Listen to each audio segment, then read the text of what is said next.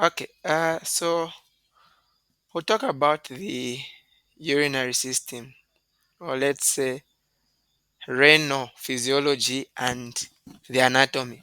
Because if you check the question on the renal physiology, it's basically the anatomy of the kidney.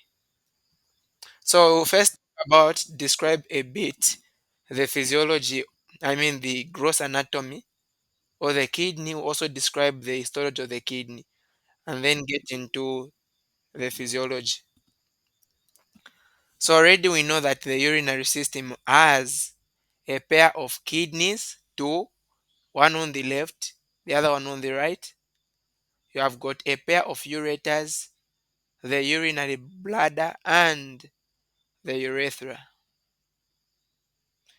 The process of expelling urine, which has been made from the kidney to the outside, is known as micturition. So now let's talk about the kidney itself. We know the kidney is, let me ask first, is the kidney intraperitoneal or retroperitoneal? Anyone?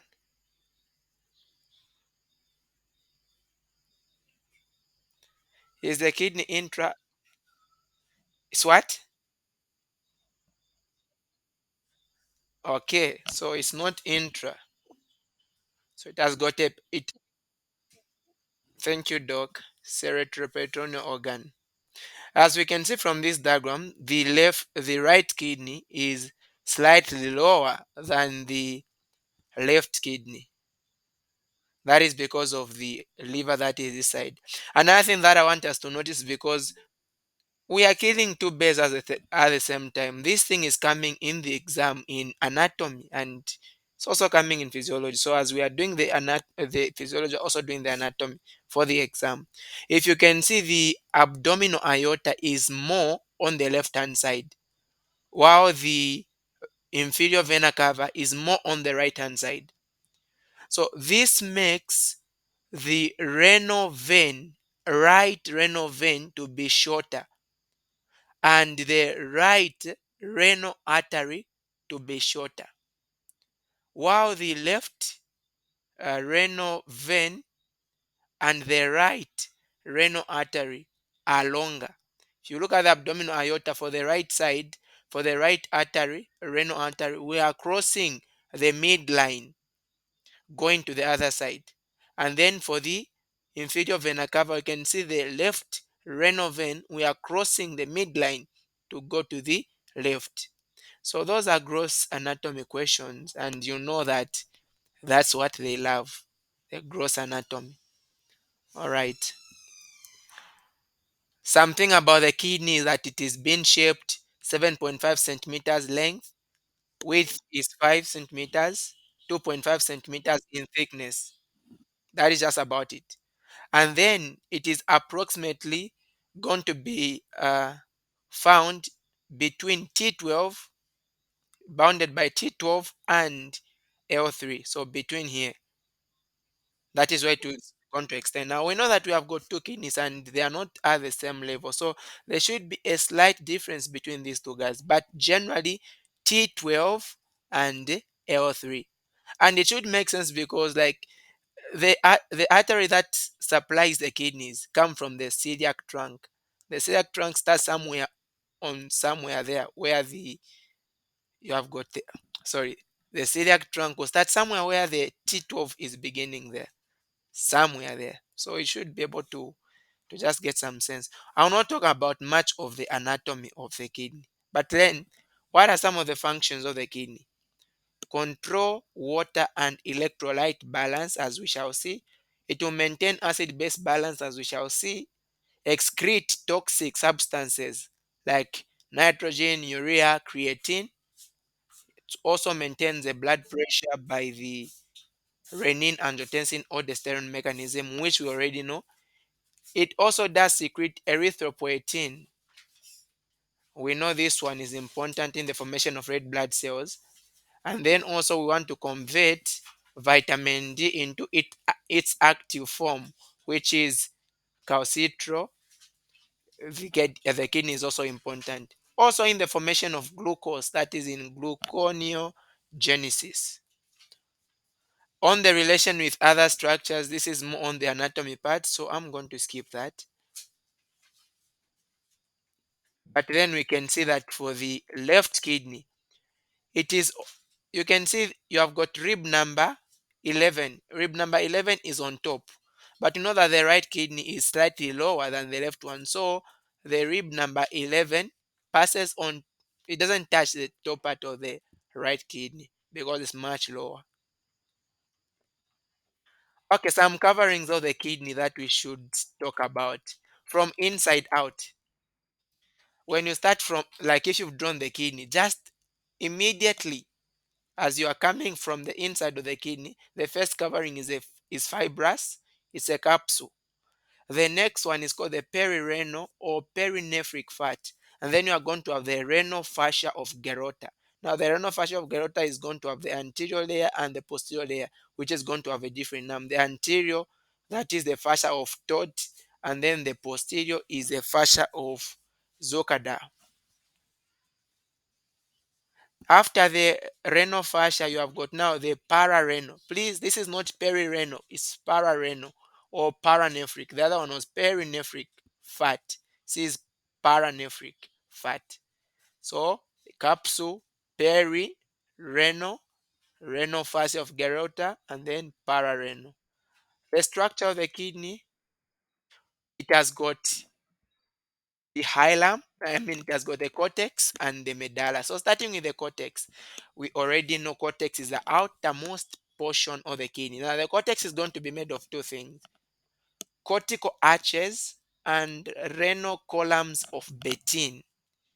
Please, you might see the name Belin. It's not renal columns of Belin, renal columns of Bettin. We'll see what the Belin is. So that is the cortex. It will just have these two guys. Now, starting with the cortical arches, that is the first part, also known as cortical lobules or renal lobules. Remember, here is, let me try to make a demonstration. Here is our kidney.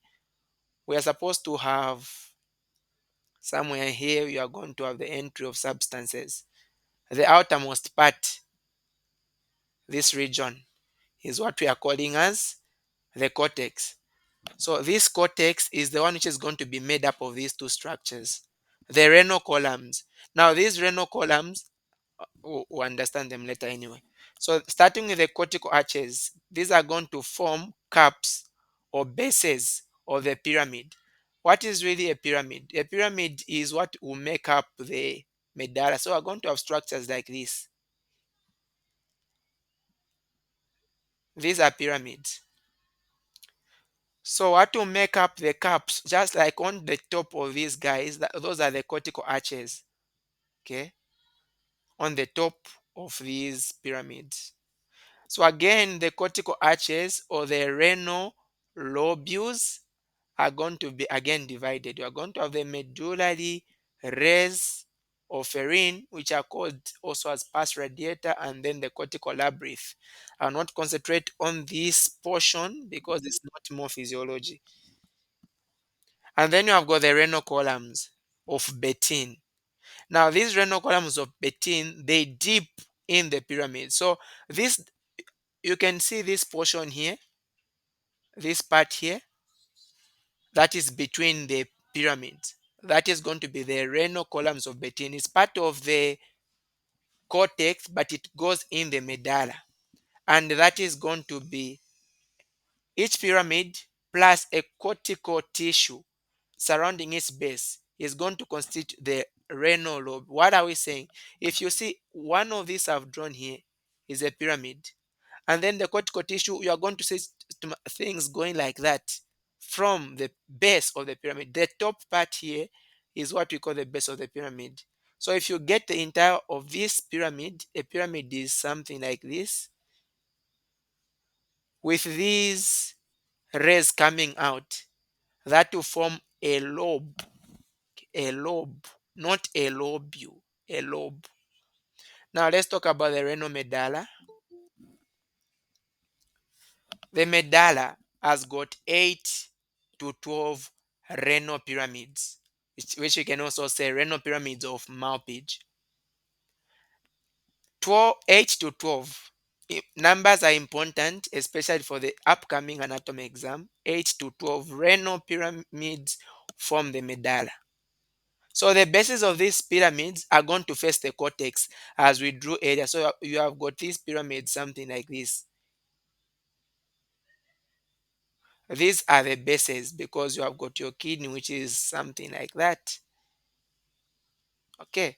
So these are the bases. This end, it is facing the cortex. And then the apices, the ends, these pointed ends, they are opening in what is known as the renal papilla and are going to be directed towards the renal sinus. You are going to have the space here, the space where structures are entering, like structures, the portion where structures are going to be entering the kidney, like the arteries, the veins, the sinus, the space there. Okay. Now, at the end of this renal papilla, they are going to be capped by minor calyces. It's important to understand how these structures are moving like that. Would simplify it more. So you have got renal columns, which we've already described. These are extensions of the renal cortex. Remember, we said that is one part of the same cortex. Now, the tip of the renal papilla is going to be pierced by a lot of papillary ducts. Remember, how did we start? We started with, we are talking about the medulla. The medulla has got 8 to 12 pyramids. And each one of these pyramids,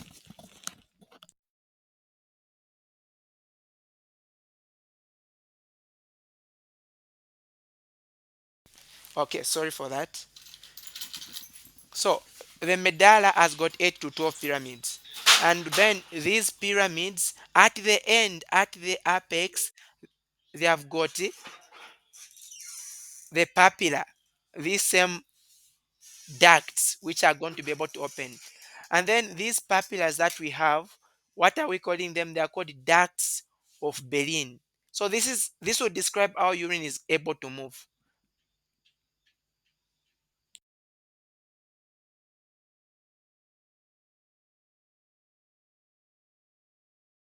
Okay. So it will describe how urine will be able to move. Now let's look at this. This is what we are calling as a renal column.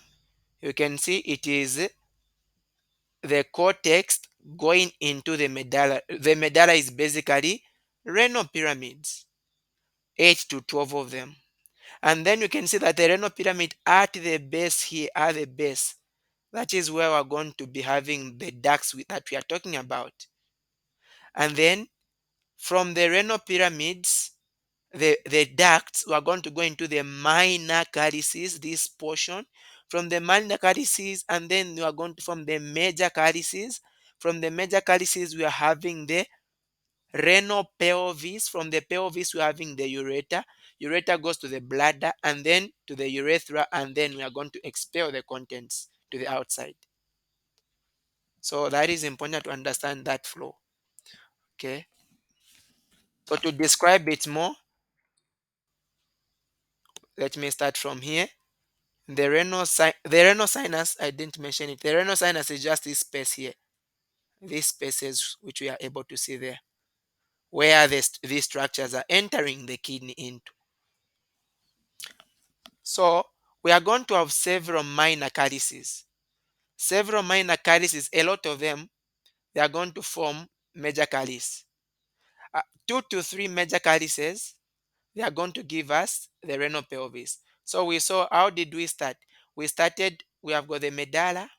From the medulla, we went into the ducts, the papillary ducts of Berlin. From those ducts, where did we move to? We went into the minor calyces. From the minor calyces, we moved into the major calyces. And then from there, we moved into the renal pelvis. And then from there, now we went to the ureter. And then to go to the bladder. So that is how urine is going to be formed. In the medulla, we are basically having these collecting ducts which are bringing urine from all the different nephrons and then bringing it like that until we reach to the blood. Okay, so the renal sinus, that is a space to be able to contain the artery, the vein, and all these. Now look at the specific numbers. The pelvis has got 2 to 3 major calyces, and each major calyx is going to be divided to 7 to 13 minor calyces. And then of these 7 to 13 minor calyces, each minor calyx is going to have 1 to 3 renal papilla.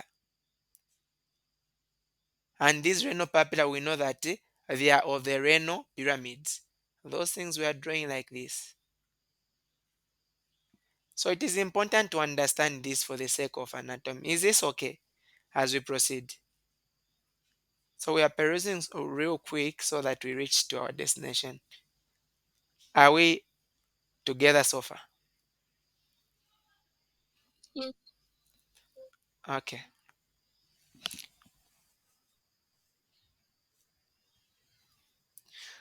Okay. So let's consider blood supply to the kidney. Very important also for us to understand about the glomerular and how filtration is happening. So the blood supply is by the renal artery, and we saw that the renal artery came direct from the abdominal aorta. The renal artery, when it reaches on the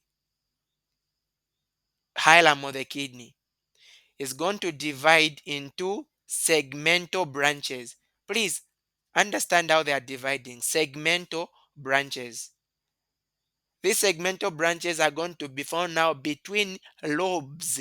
So they become interlobar. From interlobar, then we are going to have the arcuate. The arcuate is this one which is turning, moving along, like between the junction of the medulla and the cortex. And then these guys are going to form interlobular. So where is the interlobular coming from? It's coming from the arcuate. Arcuate.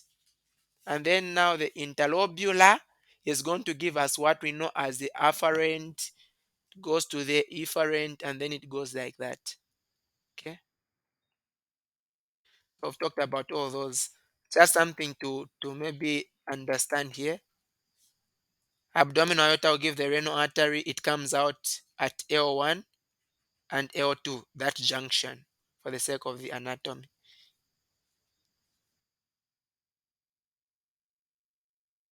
Okay, let me use now this diagram. So we are starting with the renal artery, and this is also important physiologically. A renal artery, we go into segmental arteries, segments. From segmental arteries, we are going to have lobes. Now, a lobe is smaller than a lobe. So we're first going to have interlobar. So the artery is found between lobes. And in anatomy, they can ask you specifically where they are found. You can see those are passing like between the pyramids, between pyramids. And then we are going to have the arcuate, which turn following the junction between the cortex and the medulla. And then we are going to have the interlobular. Lobules are found. A lobule is just a component of the lobe that is basically in the cortex.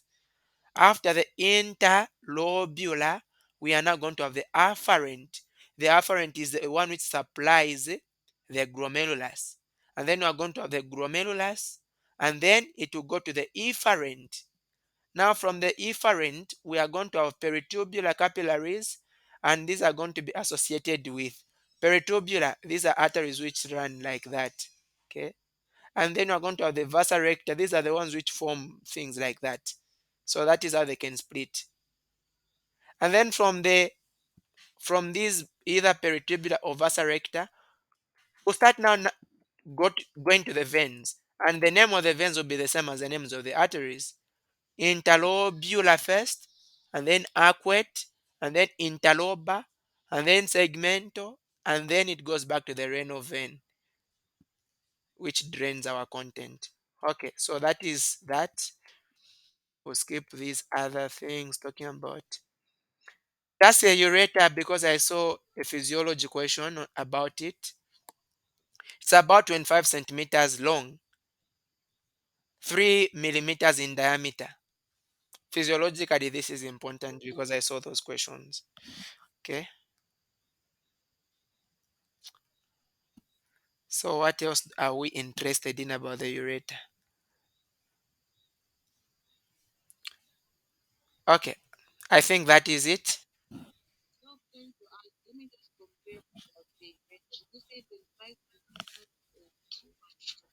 Yes, 25 centimeters long, 3 millimeters in diameter. Sorry, centimeters in diameter.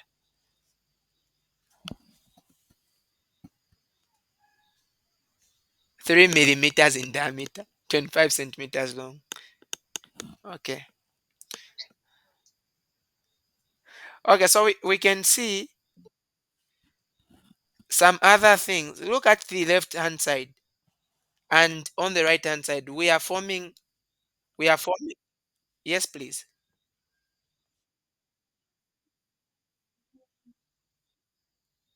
Pyramids. The- You mean pyramids? Okay, we only mentioned one. Now, what will be for? Oh, sorry, pyramids is 8 to 12.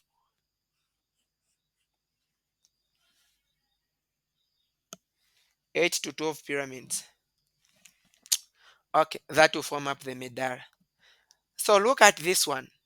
And again, I don't know if this was physiology or anatomy. So the ureter has got 3 constrictions. Should be maybe test 2 for anatomy. So 3 constrictions.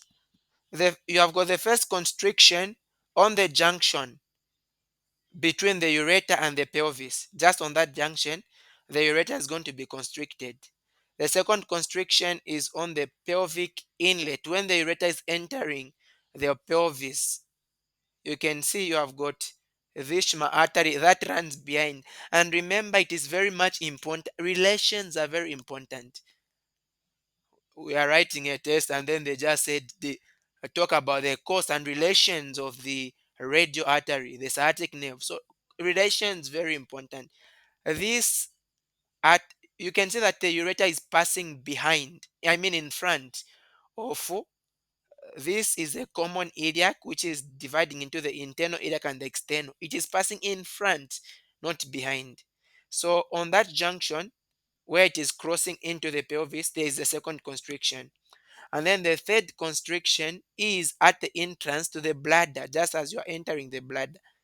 Now the ureter enters the bladder like somewhere down, where you have got what is known as a trigony. We can review that in anatomy. Okay. So this is anatomy and it's not important for us, but I saw some questions in physiology about the bladder.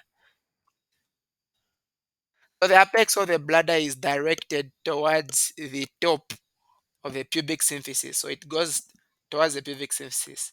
Now I don't need to mention more. Look at where the ureters are entering.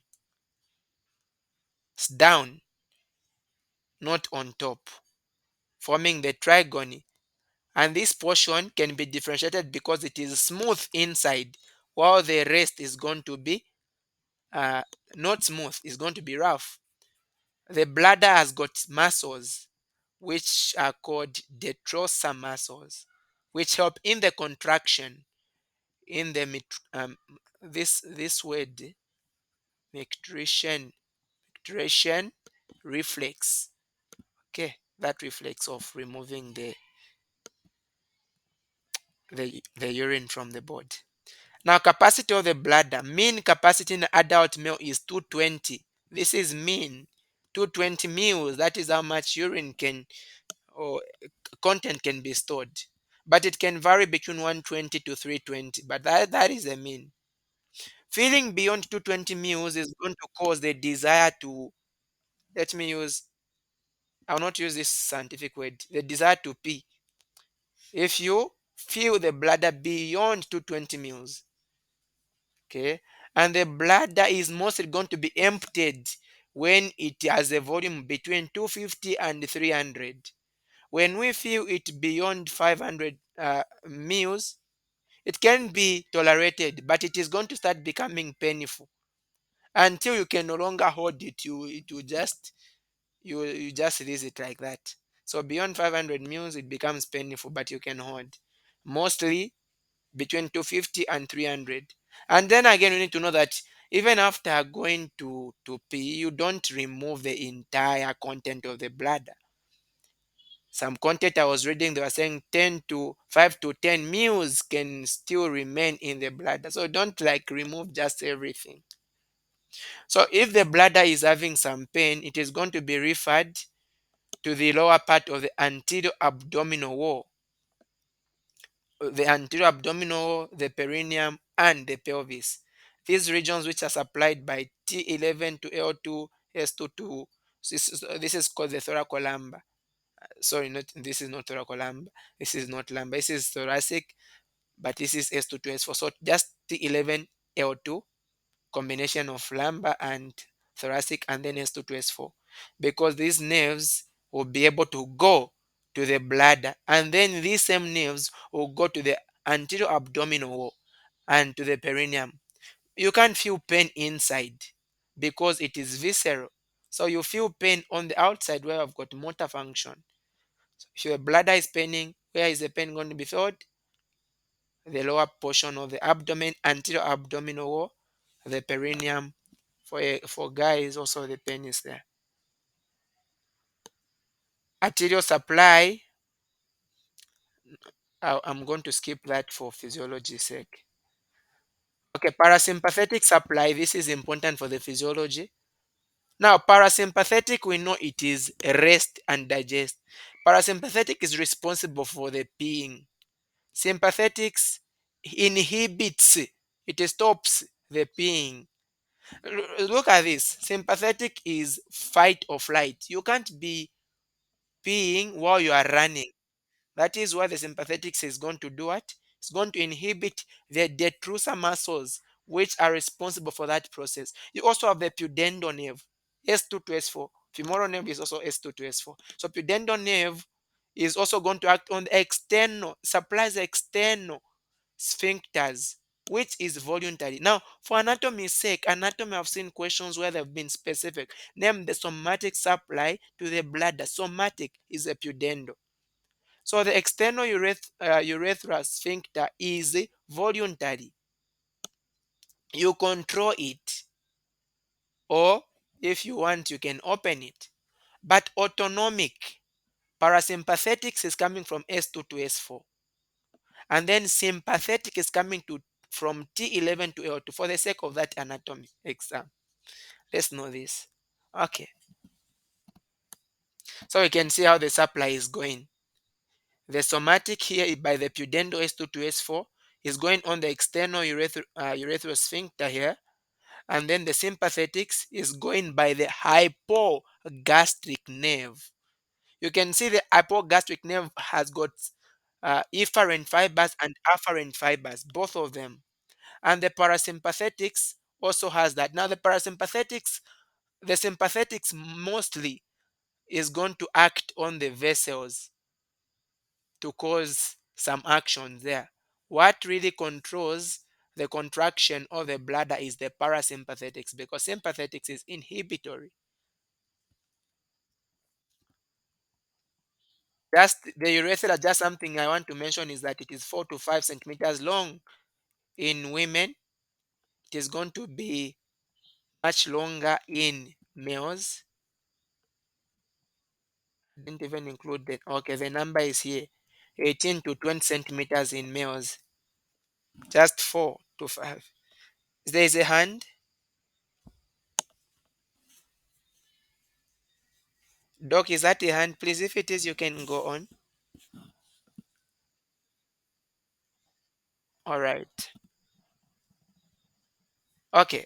I would have wanted to talk about this, but this is more the anatomy, so we'll not waste time on that. We'll discuss that in the anatomy. Now, what is important for physiology is actually the histology of the kidney, because that is where we're finding every content that is involved in the actual function of making urine. So the histology, the kidney is going to be made up of uriniferous or renal tubules, We know already the tubules, these distal, proximal loops, and those things. So each tubule is going to consist of nephron about the embryology from the metanephric blastema, and then the collecting tubules which are derived from the ureteric bud, which come from mesonephric duct. So the tubules come from the mesonephric duct, while the nephron itself is coming from the metanephric blastema. Now the nephron, our point of concentration. This is going to vary. If you read that should be Guyton, it says 800,000 to 1 million kidneys. I mean, the glomerular nephrons are going to be present. You read some other source, it will tell you 1 to 4 million, but generally we say we have got 1 million nephrons in each kidney. So about 2 million in both. And this guy consists of the renal corpuscle, proximal convoluted tubule, loop of Henle, distal, the collecting tubules, and the collecting duct. Collecting tubules, collecting duct. Now, the renal corpuscle is the main point where filtration is happening. Okay, to start with now, we can see the structure. And by the way, when uh, look at how this thing has been oriented. It actually goes out like this and then comes down. And would you imagine that as a question? Or I saw that as a question. So not the way we imagine it as going down like so. It actually goes, the glomerulus is actually going up and then coming down. So you have got this as the proximal tubules, which are the proximal tubules like they are above the glomerulus somewhere there. Now there are two types of nephrons, the cortical nephron and the juxtaglomerular nephron. These ones are the majority, about 80%, and then the juxtaglomerular about 20 to 30%. So the cortical nephrons, these are the ones which have got most of their parts being in the cortex. The juxtaglomerular, most of their parts is in the on the cortical they are located on the cortical medullary junction. That distinction between the cortex and the medulla. Okay. And then they're just going to have so for the cortical ones, they're going to have a short portion of the loop of Henle that is going to go into the medulla. But most of it is actually in the cortex. So these are the ones. You can see for this one, hope there is no name. Okay, there's no name. Let's try to name between A and B. Which one is going to be juxtamedullary and which one is going to be cortical?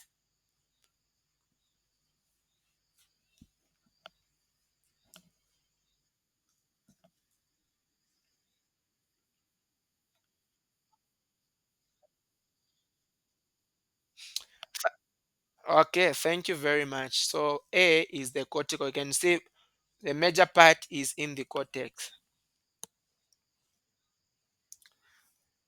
Function of the nephron. That is the stages. Yes, please. The cortical is more in the cortex with a small portion of the loop of Henle in the medulla. The juxtaglomerular is having a longer portion in the medulla. Okay. So now let's talk about the stages of formation of urine. So here is how it flows. You can see how it is going. You have got your afferent tubules. They are going to go form the Bowman's. You are forming the glomerular capillaries there. Now about the glomerular capillaries, these guys are fenestrated. They have got holes which can allow for passage of things. We'll talk about what makes up the the portion for excretion, so that we talk about some bit of sizes there. Okay. So you can see after we have got renal plasma flow. The plasma that is going, now we know that plasma is the liquid part of blood, the fluid part of blood. So the fluid part of blood is flowing this side. We are excluding basically the blood cells here. So this guy is coming this side, and then some contents can go out, and that is filtration. And then some contents can actually get out again from the this one is going to be the proximal tubules, proximal converted tube. It can actually go back to the blood vessels, and that is going to be reabsorption, because the blood vessels are taking back what they gave. Again, the blood vessels can take back some things which might not have been removed, and that is called secretion. We are secreting, and then what will remain at the end of it all is going to be excreted. So we can actually calculate what is being excreted. What is being excreted is the amount which was filtered. Okay, we want what is coming out of here. It's the amount that entered. We will remove the amount that went back, so minus the amount which was reabsorbed, and then we'll add the amount which was taken back into the kidney. So that is the amount which was secreted. So that will give us the amount that has been excreted. So we know when you have got the efferent tubules, will form peritubular capillaries. These peritubular capillaries are following the tubules. Yes, please.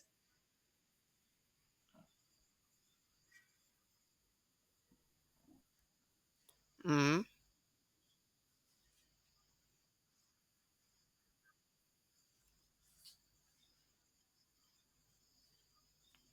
Okay.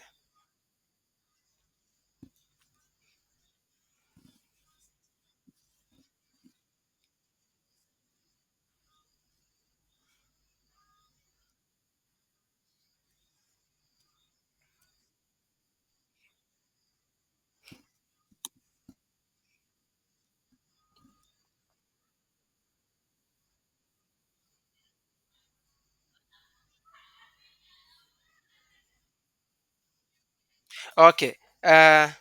So I actually have. So sorry, we can pause a bit our mics. All right, thank you. I do have the all the questions on renal physiology for they are at the end. We are going to answer them. Yeah, I've included them at the end. So don't worry, we are going to answer them. It's part of them.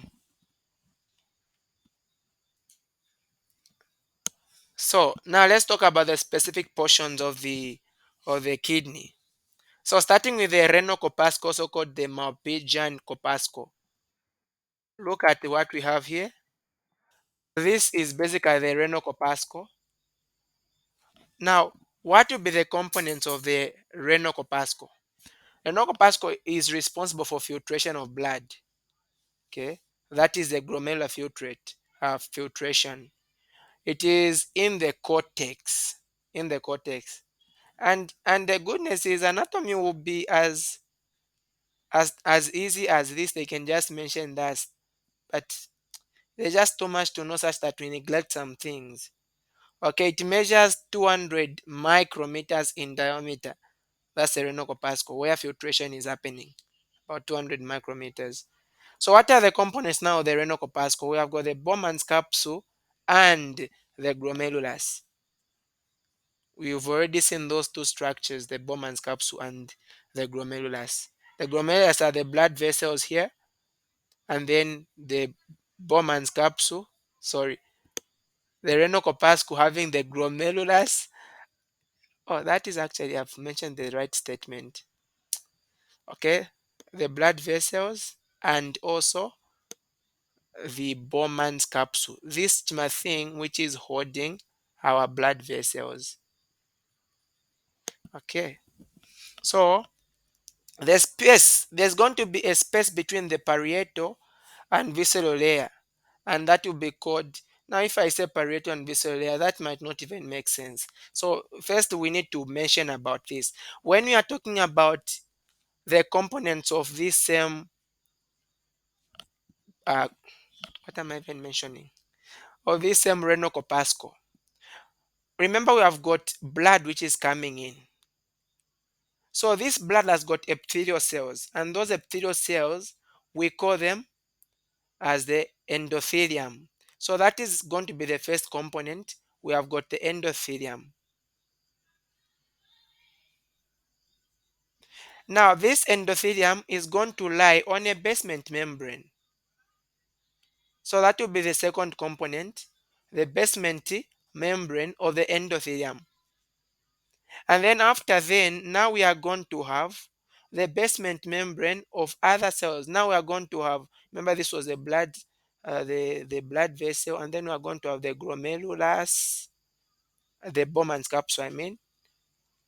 The Bowman's capsule also is going to have some different structures. Now let me use the previous one. Okay, here. So it's like it's like, think of a balloon, and then I use my hand, I pinch my hand in this balloon. So my hand is actually going to have a portion that is going to be surrounded by the balloon. So that portion of the balloon that is surrounding my hand, that is going to be, is it even labeled here? Okay, let's see. That is going to be the glomerular epithelium. That portion of the Bowman's capsule that is actually surrounding my hand is going to be specifically made up of special cells which are called podocytes. So podocyte is a visceral layer. Look at this. This is a balloon I'm drawing. This will show where my hand has gone. It's not like I've popped it up. So this portion where my hand is going to be is called the visceral layer. And then this portion that is free of my hand, which I've put inside the balloon, is the parietal layer. So the visceral layer is made up of special cells which we call podocytes. So these are the ones that we can see there. So that is going to be the next component. After the basement membrane, we are going to have those podocytes. Okay. The podocytes also have got a basement membrane. So you see, here we've mentioned about four components of this structure, which is going to be involved in this kind of in the making of urine, in the filtration. And these guys, they've got some spaces that allow for the passage of those compounds which are passing through the glomerulus, because it's not everything that is supposed to pass through. So starting with the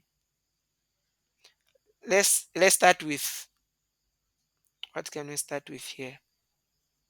Talking about the numbers. Okay, the podocytes themselves. The podocytes form what is known as slits. You have got like a podocyte here, another one here. Like they are leaving a comma space. You can see this space. This space is going to be used for the passage of substances. And this space is around 25 to 30 nanometers. Well, I'm mentioning that because I've seen some questions. That is specifically for the podocytes. That is going to be the space. And then you are going to have you are going to have proteins which are going to be present. This is 25 to 35. But then you have, remember I've mentioned other components. These other components are going to form a bit of slits, which we are going to call slit diaphragm, something like that, to just make the space even much more smaller. And those are nephrin. You have got proteins known as nephrins, which are forming those slits. Okay, they are forming slits, slit diaphragm, and the space becomes even smaller. It becomes 7 to 9 nanometers. So on average, we can say, if you add 7, 9, and then divide by 2, we can say 8 nanometers. So this is going to be like the minimum. So if we have got a compound or a substance that is bigger than 8 nanometers, it will not be allowed to be able to pass. And another thing that we should be able to know is that this component, this same membrane that we are talking about, that is going to be where this filtration is going to be happening, is negatively charged. So negative things will barely pass. That is why things like proteins, plasma proteins, for example, albumin, and also some antibodies will not be able to pass because of their charge. They are negative. They are going to be repelled. Now, where these guys start, yes, doc, there is a question. Yes, yes, please.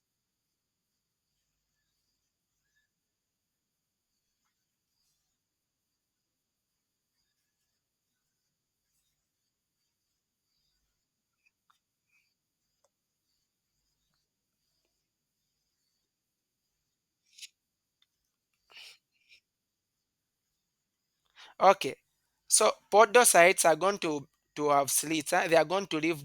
They are going to leave spaces. That is the 25 to 30.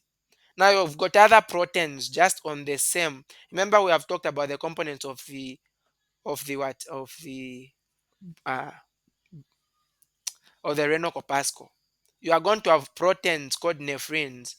These nephrins are the ones which are like coming something like this, making this the diameter to be much smaller. It's not the podocytes, but the nephrins are the ones which are even limiting the diameter to be even much smaller to 8 nanometers. The podocytes for them they leave the diameter of this much. I don't know if that's okay now.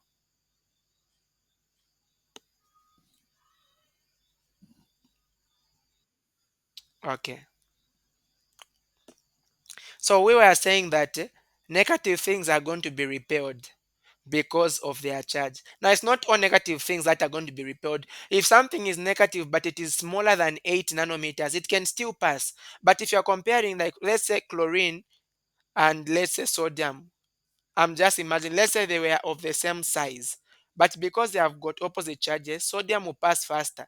Because this thing is negative, the point where filtration is happening is negative. So positive things are going to be attracted to pass through, but negative things will pass through with a smaller rate.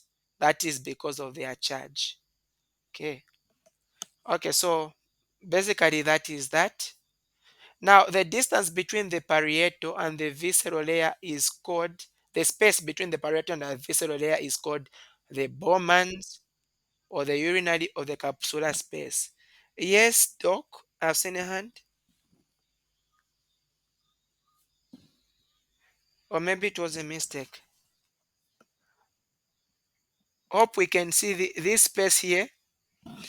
Is it was it a mistake or it was a question? Okay, thank you. So you have got this space. This region here surrounding the blood vessels. That is what we are calling as the visceral layer, made of the podocytes. And then this is the parietal layer. This space here that has remained is what we are calling as the Bowman's or urinary or capsular space. Okay, now let's talk about the Bowman's capsule. We've already mentioned that it is going to have the outer parietal. The outer parietal is made up of simple squamous epithelium, which is called known as capsular epithelium. So don't forget that we are not just talking physiology, we're also talking anatomy because these things are coming. And then this same capsular epithelium, remember the capsular epithelium is having simple squamous epithelium. So which one is that? This epithelium here, we can see this outside. This is simple squamous. But then as you get to go to the proximal convoluted tubule, the epithelium changes. And then it is becoming cuboidal, simple cuboidal epithelium. Okay. The inner layer is the visceral layer that is made up of podocytes that forms the glomerular epithelium. So the Bowman's capsule makes up the capsular epithelium and the glomerular epithelium. The capsula is simple cuboidal. The glomerular has got special cells called podocytes. Now the glomerulus, we know it has got afferent and efferent. And we know that the afferent, as the afferent is taking blood, and then it becomes, you know that this is actually the only portion where a capillary is joining two arteries.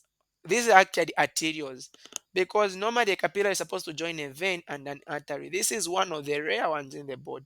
So the efferent has got a very smaller diameter than the afferent. And this is important. Why? When contents are going in this direction, For them to be able to come out here, they are going to be like obstructed for a bit, and that will allow some time for filtration to happen. So the efferent has got a smaller diameter than the afferent. And normally 20% of blood plasma entering the glomerulus is going to be filtered. Now again, the content that is going to the kidney, like when the heart pumps blood, of everything that the heart pumps, about 25% is actually going to the kidney of what the heart has pumped. The number might just seem important in case of anything.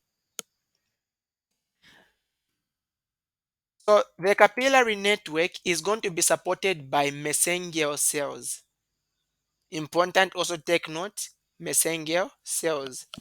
And we know we can name, if we say macrophages, let's say macrophages in the kidney, macrophages in the lungs, macrophages in the skin, macrophages in the central nervous system.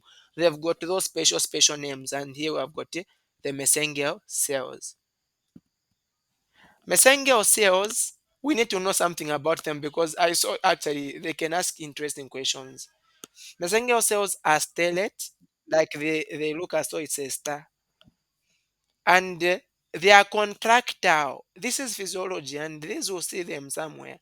They have got contractile properties. Why? Because they contain the actin, myosin, tropomyosin, as well as smooth muscles, which can be able to contract. Okay. Yes, please. Is that the hand?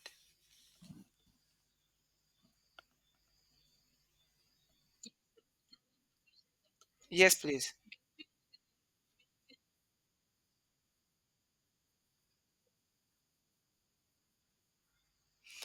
Slight changing.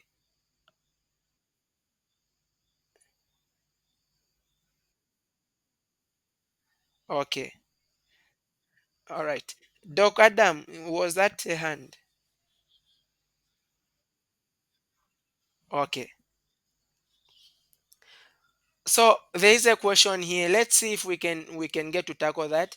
If there is any slight change in the kidney, which cells are going to be mostly affected? Is it the mesangial cells or the podocytes? Any me- you have a is there a reason,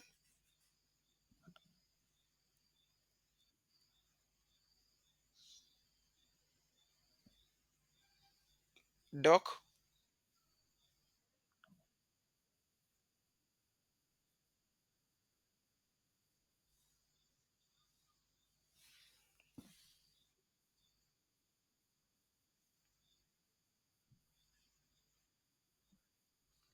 Okay,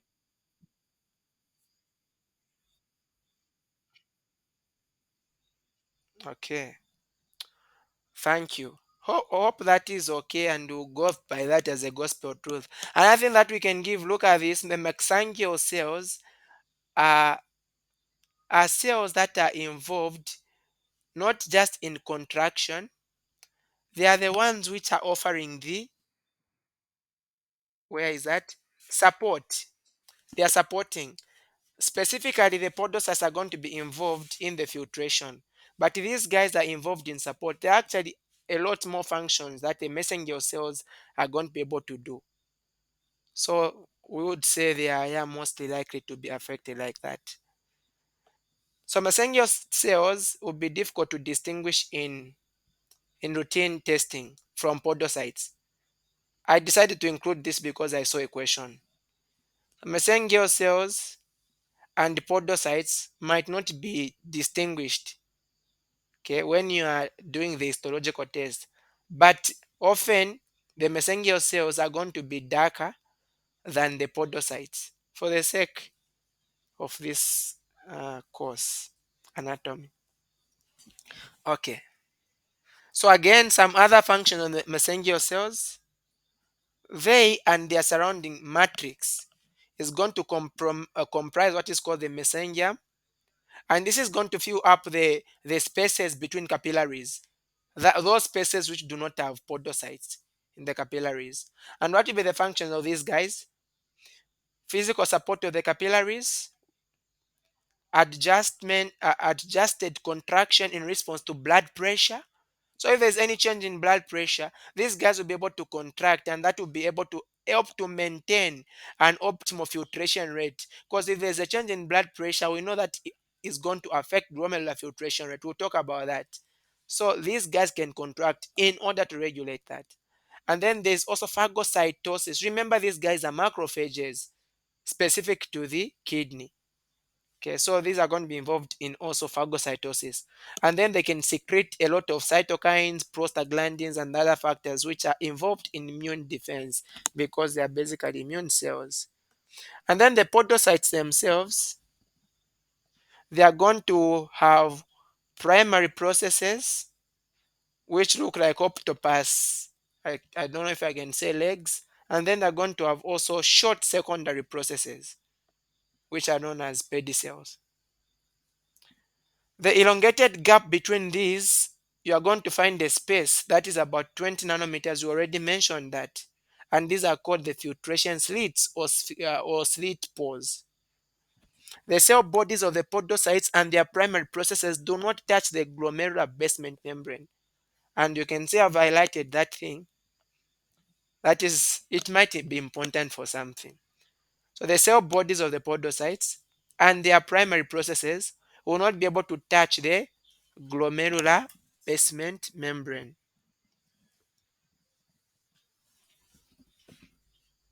So you have got this as the primary process. You can see this is a blood vessel, this is the hematopodocyte, and then this will be the secondary process. Actually, the secondary processes which are going even much more closer to the glomerular capillaries there. Okay. And look at this. Okay, you have got your capillaries. You know our capillaries have got spaces. These are fenestrated capillaries. Now, these fenestrated capillaries, they have got spaces which are about 50 to 100 nanometers.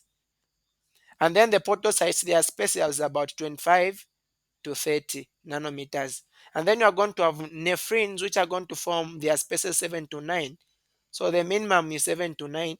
Anything that is above that cannot pass, even if it can pass out of the fenestrated capillaries. Components of the glomerular filter, we've talked about that.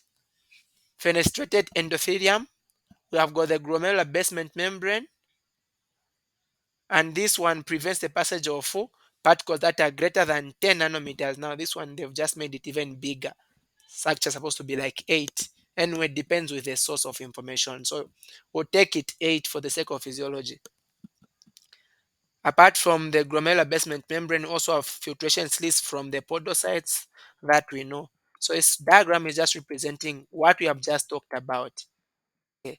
So the glomerular filtrate has chemical composition that is the same or similar to that of blood, except what? Except plasma proteins. Apart from that, and also the red blood cells, the blood cells basically, you don't need to filter them out. Okay. So again, the glomerular filtrate, that thing that is coming out of the blood going into the glomerulus, is going to have no plasma proteins because these because macromolecules do not cross. They are like that big, and also because of their charge. The filtration apparatus of both kidneys is going to produce about 125 mils per minute of the content. That is, if you convert it, is 180 liters per day of the GFR. Now, GFR means glomerular filtration. This is the rate. What is rate? Rate is quantity over time. So that is the glomerular filtration rate. 125 mils in each minute or 180 liters in each day. So of this, 124 mils is going to go back. In other words, that is like 99% is taken back, is reabsorbed. Only 1% is going to be able to go to the renal pelvis as urine. So about 1,500 mils per day of urine is going to be formed. And the kidney is going to filter the entire blood volume 60 times a day. The kidney filters blood 60 times a day. We make urine about 1,500 mils a day. If you don't know, let's say you can't master this number, you can just know this number, and then you can convert from mils per minute to mils per day. That is just a mathematics that we can do. Something to consider: in diabetes mellitus and glomerulonephritis, the glomerular filter is altered, and it is going to become permeable to proteins. Like those negative charges that we saw on the glomerular filter, they are going to be altered. So that forms what is called the, okay, it is going to allow proteins to pass. And when proteins are passing, that will lead to what is known as proteinuria. We are finding proteins in urine. You end up finding proteins in urine. Let me pause a bit here and see how we're moving together.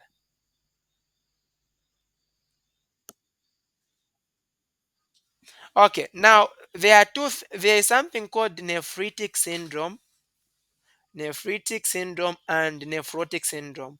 Anyone to differentiate for us? Nephritic versus nephrotic.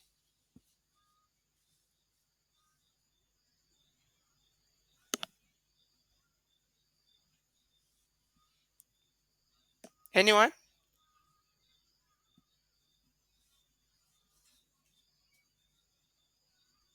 Uh, but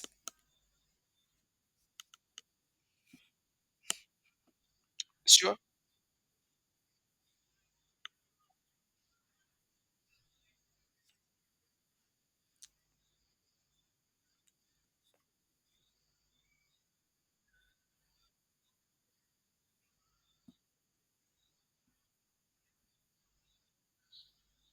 Okay. Mhm.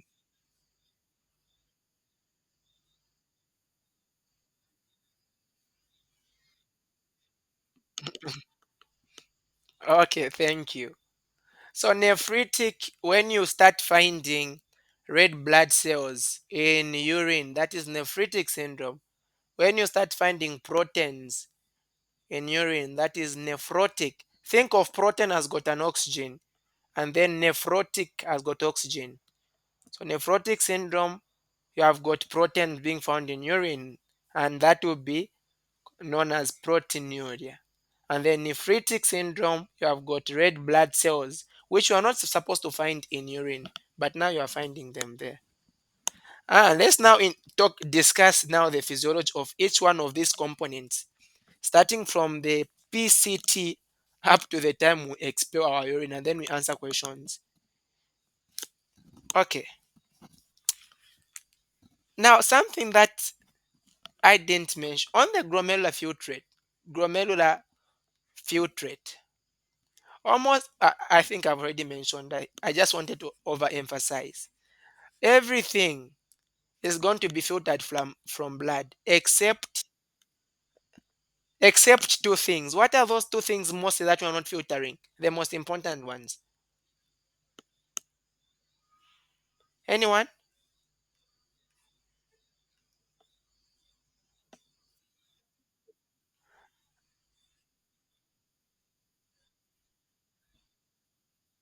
Okay, thank you. So I asked on what will not be filtered out of the blood. The doc has answered us. Okay, you are going to have some things which are negative, but they will still be filtered out. That has to do with their size. Now, what did I want to talk about? Do I want to forget? Okay, quantities are moving out of the blood, coming into this region, and that is our glomerular filtration. We have said proteins do not leak out. Example, albumin is a plasma protein. It will not leak out. Albumin is important. Let me take you a bit on in biochem. It will be able to carry lipids, transports lipids, it transports those things which cannot move in water because they are non-polar to their point of storage. Now again, albumin is very important because it maintains contents inside the blood vessels. So plasma proteins give a pressure code. That's the let me just accept some people. Okay. There's a pressure that is necessary to maintain contents within the blood. What do we call that pressure? Anyone? Okay. Oncotic, oncotic, also known as colloid osmotic.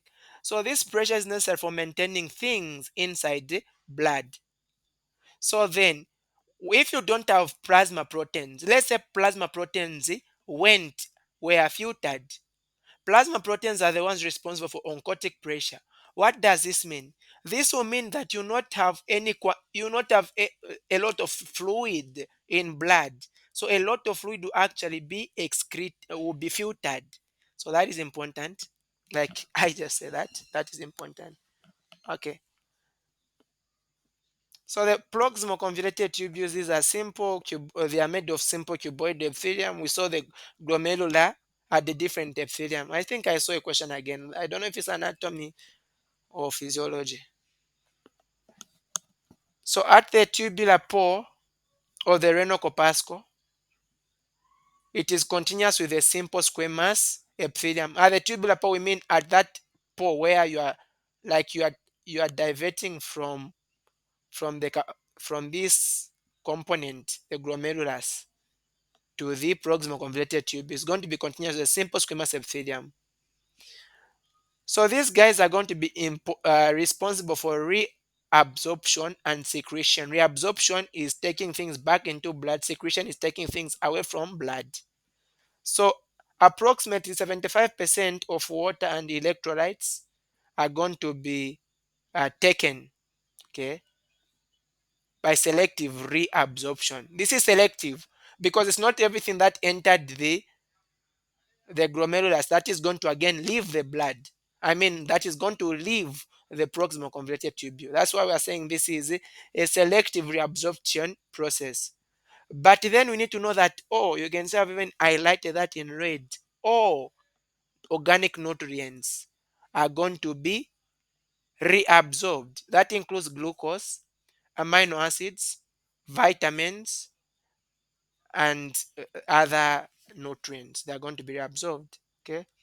And then these molecules, because when you look at the proximal convoluted tubules, it will go the efferent arterial continue as a peritubular capillary.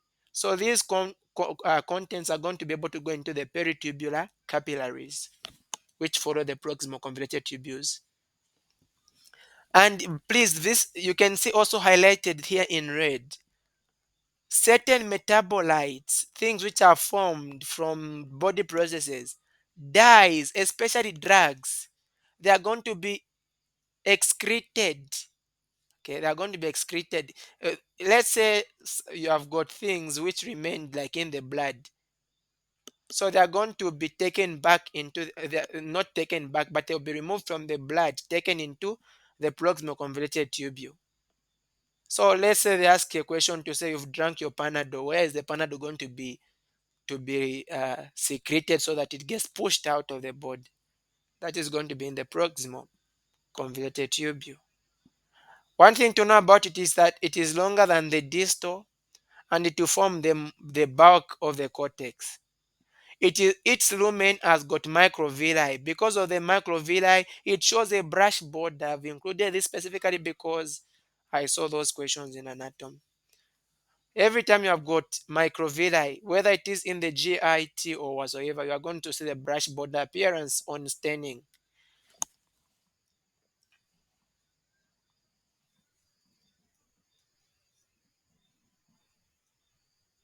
Okay, so transcellular reabsorption is going to the reabsorption that happens in here involves, and this is important, docs, it involves both active and passive processes. Okay, with a cell having larger You have got a lot of transmembrane pumps, channels, transporters, enzymes which are going to be involved. We'll talk about specifics of them because I've seen questions which are actually asking about the specifics, symporters and antiporters which are going to be found in these regions. Besides their major role in reabsorption secretion, these guys will also perform hydroxylation. In other words, this is where vitamin D is going to be activated.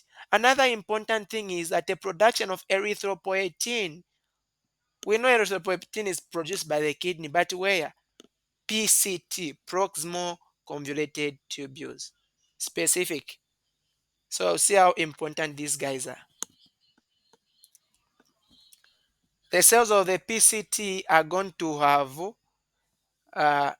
they are going to be acidophilic in nature because they have got a lot of mitochondria. And acidophilic, how should they stain by H and E? Blue or red?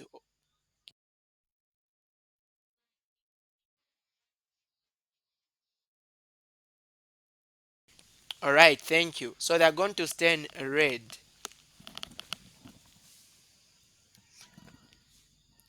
So look at what is down here. Organic anions and cations allow the kidney to dispose of a lot of different substances. Okay, organic anions are not organic anions and cations. Oh, I'm seeing a discussion. Is that something that needs clarity? I'm seeing a discussion in the comment.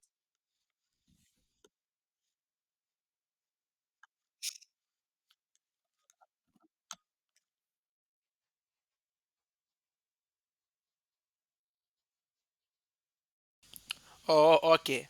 So we said nephrotic. Nephrotic has got an oxygen.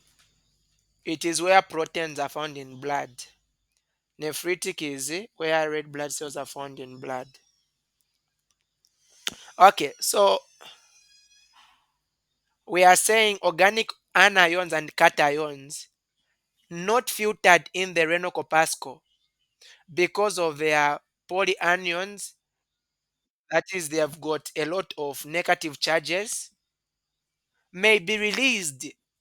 This is important. Remember, we said that the Bowman's capsule, at this point, we had negative charges. So some things they'll actually fail to pass even if they've got the same size, but because they are small, they'll actually fail to pass through because of their charge. If they have got a lot of negative charges, so they can be secreted, they'll be moved out of the blood and then just thrown into the proximal convoluted tubule. Okay. So organic anions and cation transporters is going to allow the kidney to dispose of a lot of different substances. Now, because you have got different molecules that are passing in here, like let's say for example, bile salts, creatine, and many antibiotics and other drugs. You have got this process of tubular secretion of greater pharmacological importance, and it is known as drug clearance. So where does drug clearance happen? It is in the proximal convoluted tubule. You are secreting a lot of pharmacological important things like antibiotics, like creatine, like bile, and all those other substances. Okay. Now, I wanted to find a clear. Okay, let me use this same one here. I wanted to find the free page. We just see how are substances going to be excreted or reabsorbed in the proximal convoluted tube. What transporters are you going to find? Because all the questions we are going to be able to see. So let's say this is the let me use red as a blood vessel, which is a peritubular capillary, and then we are going to have this is our this is going to be our proximal convoluted tubule. Now we know proximal convoluted tubule has got cells. So I just want to enlarge. I just get this part. We view the cells. So we're just getting a bigger portion here. So we see what is going to be happening. Okay, I'll get it like that. So one thing that is very important, remember we said what substances are going to be 100% reabsorbed in the proximal convoluted tubule?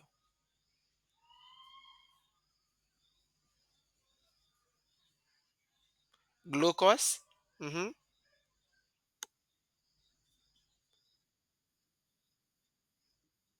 amino acids. Okay, we basically said like nutrients, isn't it? Yeah, the nutrients. Okay. So, specifically in the proximal convoluted tubules, when you are taking glucose, amino acids, even lactate also, 100% of it is going to be taken. Okay, lactate. These are some important ones and other nutrients. Now, the movement of these guys we've mentioned here, the lactate, remember these guys are in the proximal convoluted tubule. You want to take them into blood. These are going to be transported by secondary active transport. In other words, the transport of these guys does not involve energy. The energy is indirect. They don't use energy direct, it's indirect. But then how does that happen? They are going to be able to use some sodium sympathers. Okay, sympathers. So what will happen? Let's say this is your sodium, and then here is your glucose. Let me use an amino acid AA. You are going to have this sympather here, the sodium amino acid sympather. So what it does is that it will transport sodium here, and then it will transport also the amino acid here. Okay, and then the amino acid can now go on to go into the blood. That will be the same thing with glucose. That will be the same thing with lactate and with some other nutrients. But then, why is it that sodium is moving out of this region, going into this region? So sodium can flow down its concentration gradient. So what happens is that you have got, of course, we know of cells, the sodium, potassium ATPase, they are present like in every cell in the body. So what will happen is that we are going to be removing, so let's say this is a sodium, potassium ATPase. We are removing sodium out of the body. And then we are taking in potassium. Let's give numbers. How many potassium are we taking in? We are taking in 2 potassium, excreting 3 sodium. So you see, because the cell is having little sodium, that creates that gradient that will take the sodium out of the lumen into the cell because the cell doesn't have enough sodium. Okay, that is what is happening. So that creates that energy for that to be able to happen. So this one is using energy. This is a primary active transport. But these ones are not using energy because the energy they are using is because of the energy, because of that gradient that has been set after we remove the sodium out. So that is why we are saying that is secondary active. I've taken time to speak of that because, well, if you just say I've taken time because I've seen questions on that. Okay, so that is what happens to these guys. But it's not only sodium that is, you can see that sodium is going to be taken into the cell, and also the amino acid. The amino acids go direct like that. It's not only these two guys which are doing that. They are not the only ones which are being taken back into the blood. We know of other substances that will be taken back into the blood. What will be the mechanism of other substances which are being reabsorbed in this region? Let's talk about, say, bicarbonate. How is it going to be transported? So we know if you have got carbon dioxide can react. Was that was that a question?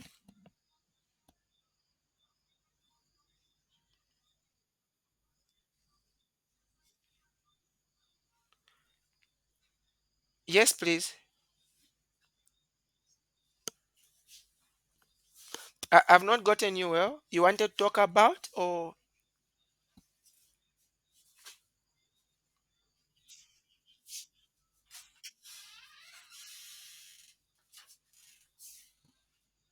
okay? Docs, is there anyone who has gotten clearly? For me, I can't get cleared here.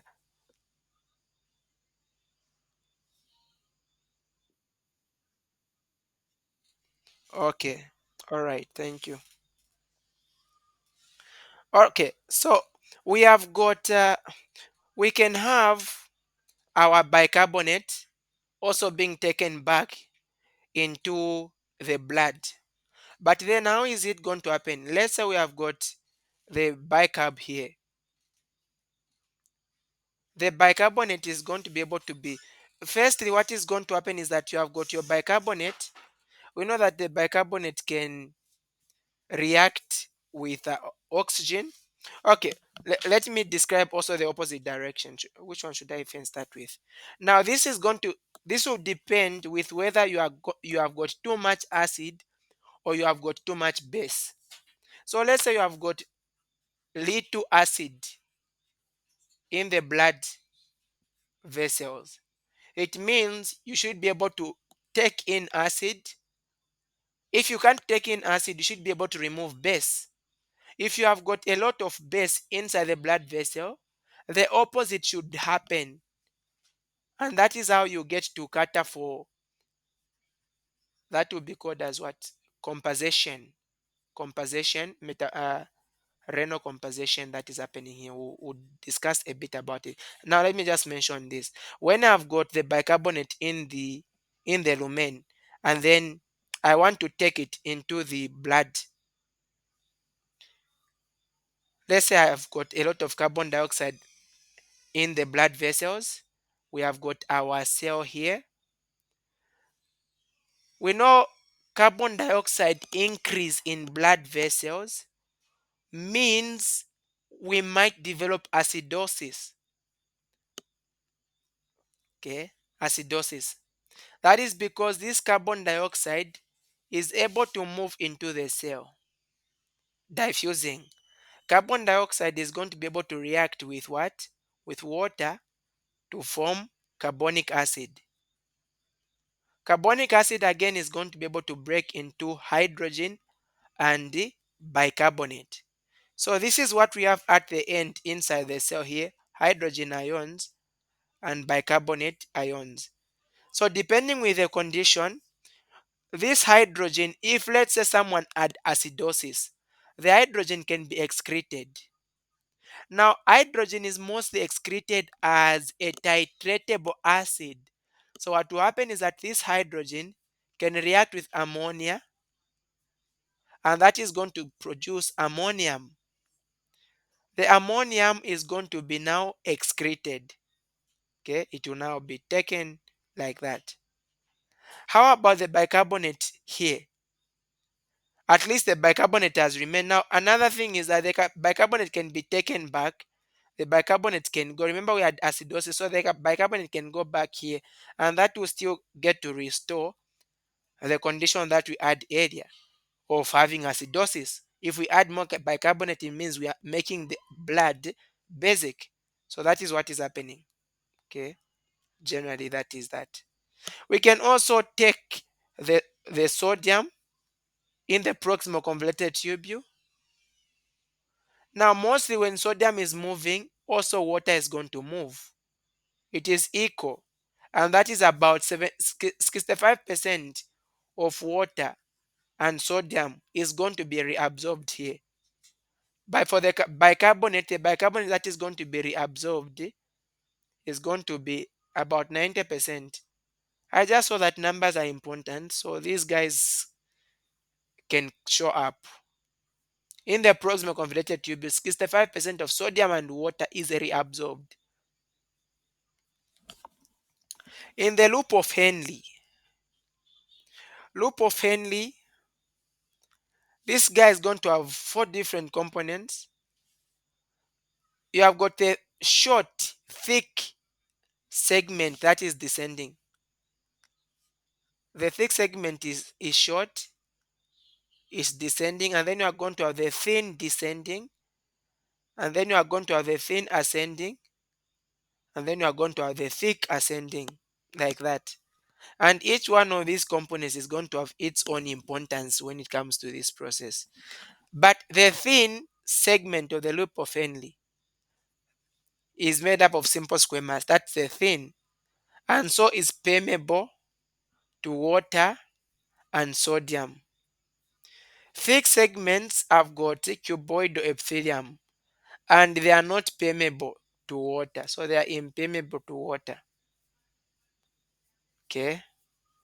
As the descending and ascending limbs are close to each other, water is going to be continuously drawn passively out of the descending. So look at this, it's like this. So the descending is permeable to water. So water is being drawn out.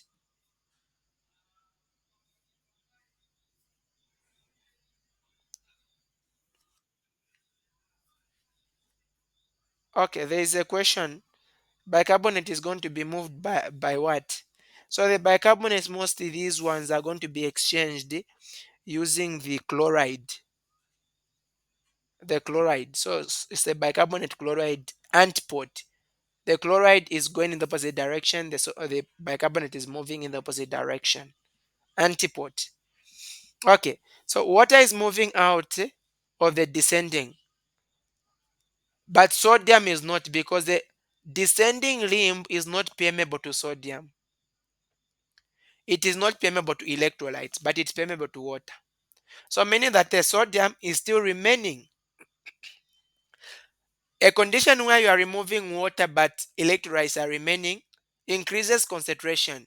So the descending limb is also known as the concentration limb. So we're concentrating the urine. And then in the distal here, I mean in the ascending is going to be permeable to ions but not to water. So ions will be able to move, but water still remains. So this one is the diluting limb because the urine is getting diluted. So that is important. Hope we take note of that. Now the loop of Henle is associated to vasa recta.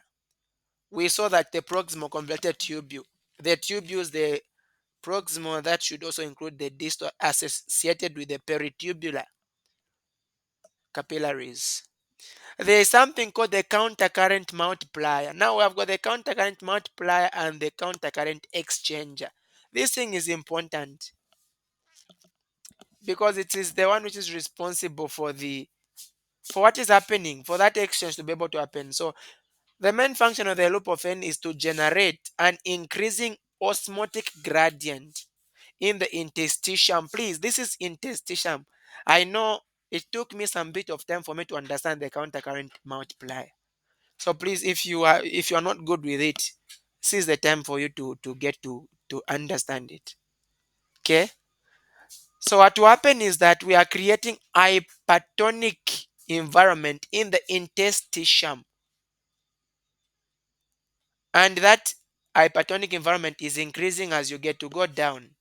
That is called the countercurrent multiplier system, and it will be assisted by the countercurrent exchanger is in the vasa recta. Countercurrent multiplier is in the loop of Henle. So we need to take note of that. I'm going to talk about it a bit again. So the high osmotic pressure in the medullary tissue fluid, because we have got high osmotic pressure in the medullary tissue, is going to permit the removal of water. Like water is going to be going to the direction that has got high concentration. Okay. And that will be under the influence of ADH. Let's talk about it so that we understand it, not just mentioning that. So look at this. Here is our loop of Henle. So what will be happening is that somewhere on top, the concentration of the urine is like equal to the concentration of the blood.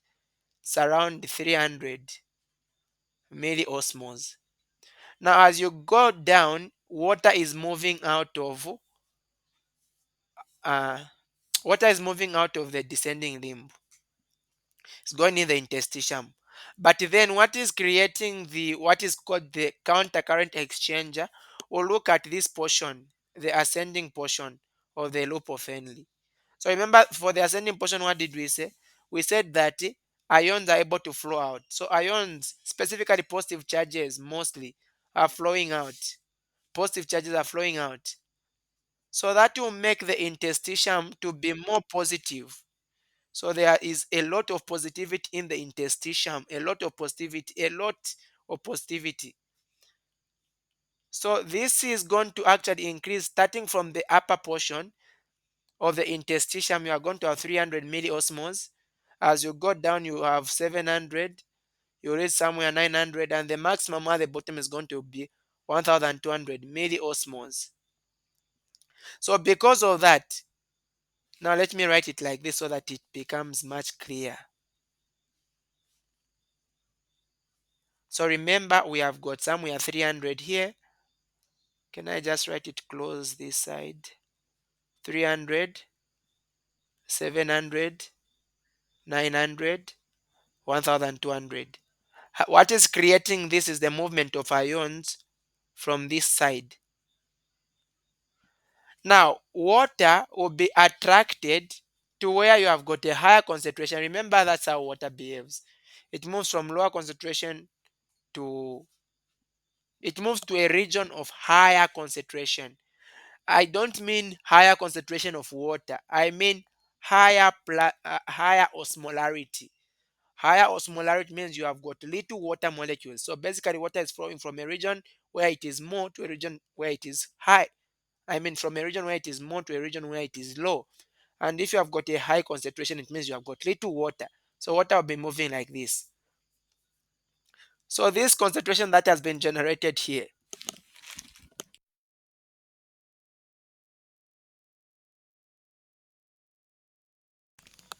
sorry for that. The concentration that has been generated in the interstitium is what we call the countercurrent multiplier. Hope that is okay. That is a countercurrent multiplier. The same is going to be generated in the blood vessels. Remember, I've got peritubular capillaries which are following these guys and the vasa recta. But in the blood vessels, it also be the same as you start from up going down 300, 700. In other words, you're increasing. In the blood vessel is called the countercurrent exchanger. There is that difference in that concentration that is increasing as you get to go down. In other words, ions are moving out. They are going into the blood vessels. Remember, the ions are just in the interstitium. They will start also going into the blood vessels like that, increasing the concentration of the blood vessels, and that is called the countercurrent exchanger. Please, if there is a question, you can get to ask there. Are we good?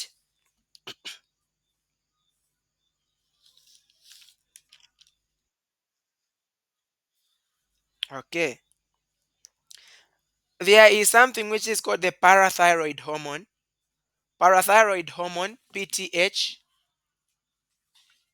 This should be produced by the parafollicular cells, which are present in which organ is that? Where is PTH produced?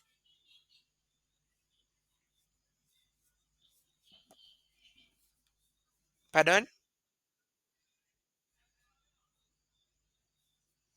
It's quiet?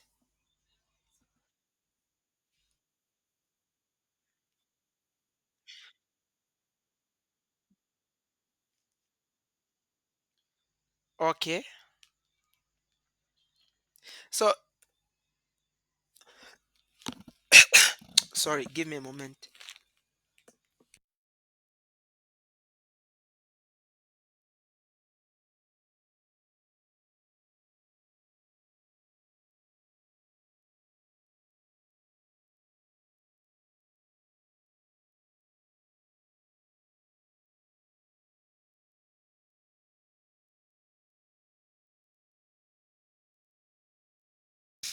Okay, sorry for that. There's a bad cough. So parathyroid, uh, parafollicular, hormone is produced from the parathyroid gland. This this one is going to be able to regulate calcium. Just take note of that. It is going to be able to regulate calcium. Okay. It also does excrete. Uh, how do you pronounce this? Should have a charge of 3 since it is coming from this acid, phosphoric acid. So I don't know how we can read this ion. But yeah, this ion is going to be excreted or when you have got the PTH. And remember, PTH also regulates calcium in the proximal convoluted tubule. Now, the distal convoluted tubule. Distal convoluted tubule. What is the most important? Oh, I've not talked about any transporters which are present in the loop of Henle. So the most important thing in the loop of Henle is that these guys are like this. They'll be able to remove uh, sodium. Remember, they are like they are what? They are permeable to ions. So these ions are able to move out of the lumen of the loop of Henle, going into the medulla, and that will be actually the one which even creates what we are calling as the countercurrent exchanger. So sodium potassium chloride is going to be pumped into the medullary interstitium from the ascending limb. And water, remember, water follows where sodium goes. So water is also going to be able to follow as it is being pumped out. But remember, we said generally water is doesn't come out of here. So water is following from this direction. That is where it's coming out from. Now, even if we say that this guy is impermeable to water, it doesn't mean that 100% water can't come out. It has got a little percentage of water that can come out. That should be, is it a 5% or a 9% of water that can come out? But mostly, if you want to remove water from the distal convoluted tubule, you need to use a hormone. What is the name of the hormone that is necessary for water to be taken out of the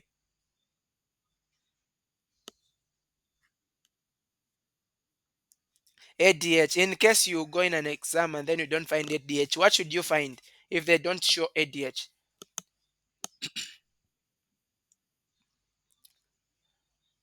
Aldosterone is going to be another hormone important for sodium. Uh-huh. So if you knew the name ADH but the ADH is not there, what should you see?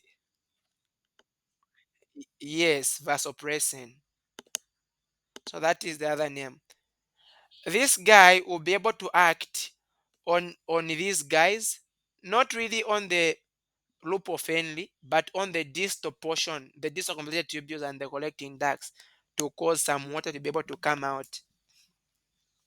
Okay, so that is what happens. That is what happens. Water is going to follow.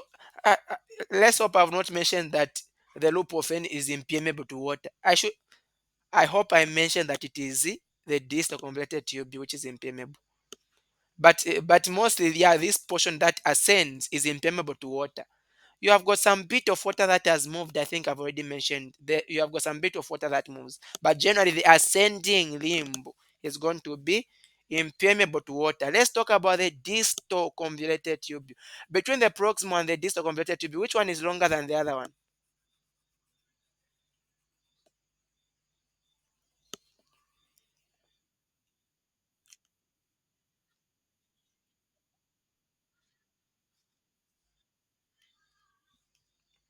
Thank you so much, Doc. That is the truth. The proximal we mentioned. Please, let's. We are revising. Huh? We are revising and going. The proximal is longer than the distal. Okay. The distal convoluted tube is going to be lined by simple cuboid, just like the proximal. Another important histological difference between the proximal and the distal. The distal doesn't have brush borders. In other words, it doesn't have microvilli. And so histologically, which one should look darker than the other one?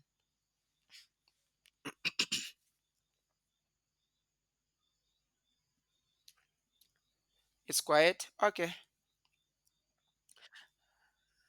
Pardon?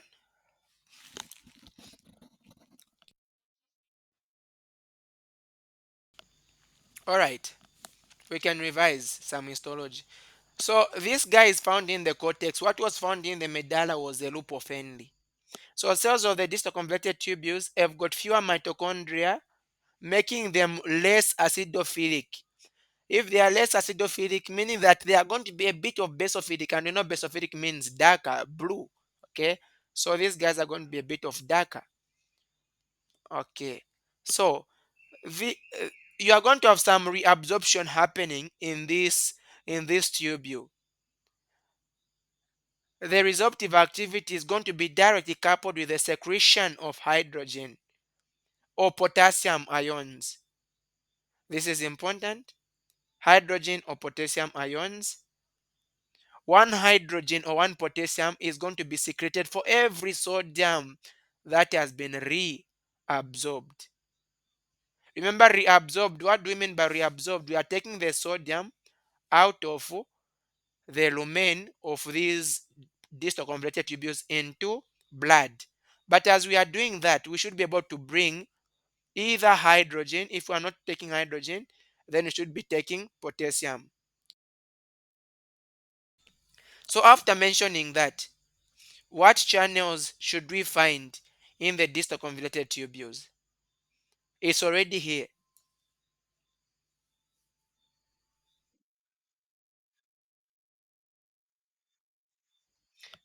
Okay, potassium hydrogen channel, yes. Anything else?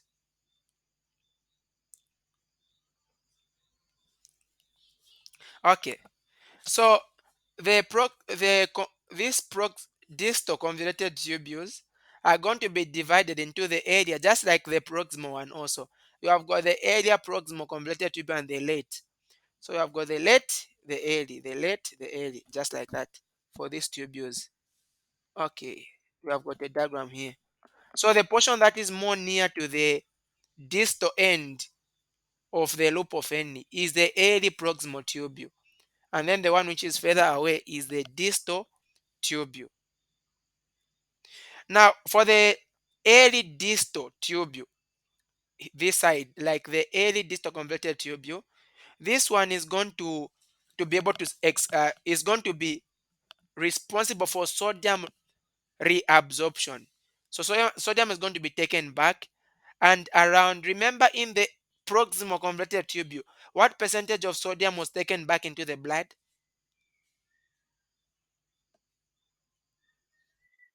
65. Thank you, doc. So here about 5 to 6% of the sodium is going to be taken. Now, mostly when sodium is moving, it likes going with his girlfriend's chlorine. So it moves as sodium chloride. Also 5% of the chloride will move. Okay. So if you have got a drop in calcium in the blood, it is going to stimulate the production of parathyroid hormone. We already mentioned what parathyroid hormone does. It causes the reabsorption of the calcium. Remember, calcium is little in blood, right? So this calcium is going to be taken from this vessel if it has dropped, and then it is going to be taken. So what is the stimulator? Parathyroid hormone. This is happening in the distal. Okay. And that is going to be by a mechanism that is going to produce protein kinase A. Please, let's do revise the GS mechanism and the GQ mechanism. Also the GI, the G inhibitory. So at the end of the GS mechanism, what really do we produce? This is stimulatory. So at the end of the GS mechanism, what we produce is protein kinase A. At the end of the GQ mechanism, mostly what you want to produce, okay, you are going to have CAMP, cyclic adenosine monophosphate. This guy is going to be important for the entry of calcium. And the calcium, you want contraction to happen. So hormones which work with calcium to cause contractions, for example, cortisol, which is for birth, so is also called the card or love hormone. This one works by the GQ. Okay, that was out of renal.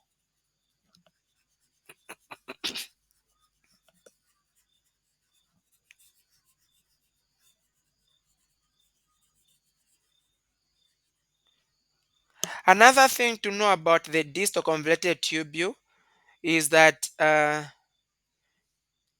it can, apart from, we've mentioned that there can be calcium reabsorption, right? And then you are also having the sodium also getting to move out. But then how are these guys going to be really transported? So sometimes for the calcium, we have said the calcium is going to be transported if it is basically low, but sometimes it can be high, right? So when you are moving sodium out, it will mostly move with the chlorine also out. So sodium out, chlorine out. You are using a sodium chloride symporter. It's not antiporter, it's symporter because they are moving in the same direction. And then you can also have the opposite. You can be moving sodium outside, out of it, and while you are transferring potassium in. Okay, like you are moving sodium out of the tubule, and then you are moving potassium inside the tubule. This is a sodium potassium pump. It's direct like that. Reabsorption of calcium can happen using a sodium calcium exchanger. Now, this exchanger is an antipode. So they are going to be moving in opposite directions. Apart from you using the sodium, potassium, sodium, calcium antipode, the transport of calcium can also happen by the calcium proton, or let's say the proton calcium or hydrogen calcium pump. So calcium can also bind to the calmodulin in some cells. You know what the calcium does with calmodulin, which causes contraction. So there's a medicine which is called thiazide. These are diuretics. These are going to inhibit. Okay, you have got another channel. You have got the sodium chloride. This one I've talked about here, which moves the sodium and the chlorine outside. So it will inhibit that transporter, that symporter, to be specific, and that will cause salt not to move out of the blood. I mean, out of the urine. So because of that, you are going to have where you are urinating salt. Okay, that is because of the thiazide. It is a medicine. The collecting tubule is the last part. Okay, now before talking about the collecting tubules, it's actually more the same. The late distal convoluted tubules and the early collecting tubules. Excuse me.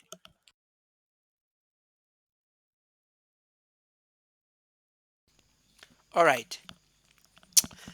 The late distal convoluted tubule and the early part of the collecting tubules. These guys are going to have different cells. They are going to have alpha cells. Let me draw, say, this is going to be my alpha cell.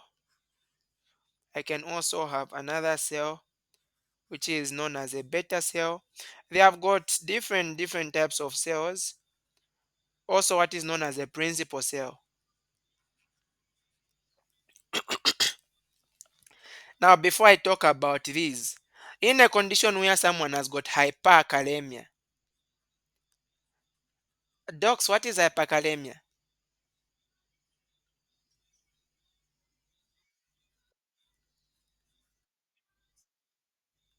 Okay, you have got high,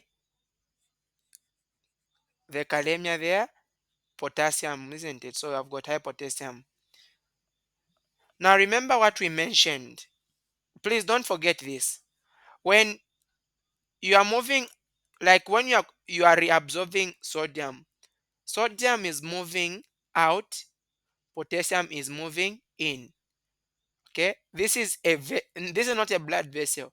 This is moving out and into urine. Now, in a condition where you have got a lot of sodium in blood, and then you have got little potassium in blood, like that is the opposite. Sorry, yeah, that is potassium. You don't want again to be taking the potassium into excretion, and you don't want to be taking sodium into blood because you already have a lot of sodium and you already have little potassium. So then, in such a condition, what will happen is that angiotensin 2 is going to produce aldosterone.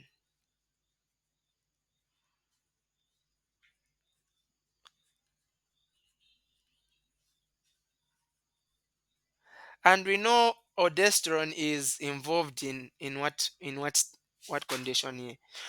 Oh, so I was mentioning the opposite. Docs, you're not helping me. Hyponatremia means we have got little sodium in blood. Okay, we have got little sodium in blood, little, and then hyperkalemia we have got high potassium. So you want to be removing potassium out of blood, and then you want to be adding sodium into blood because sodium is little, potassium is more.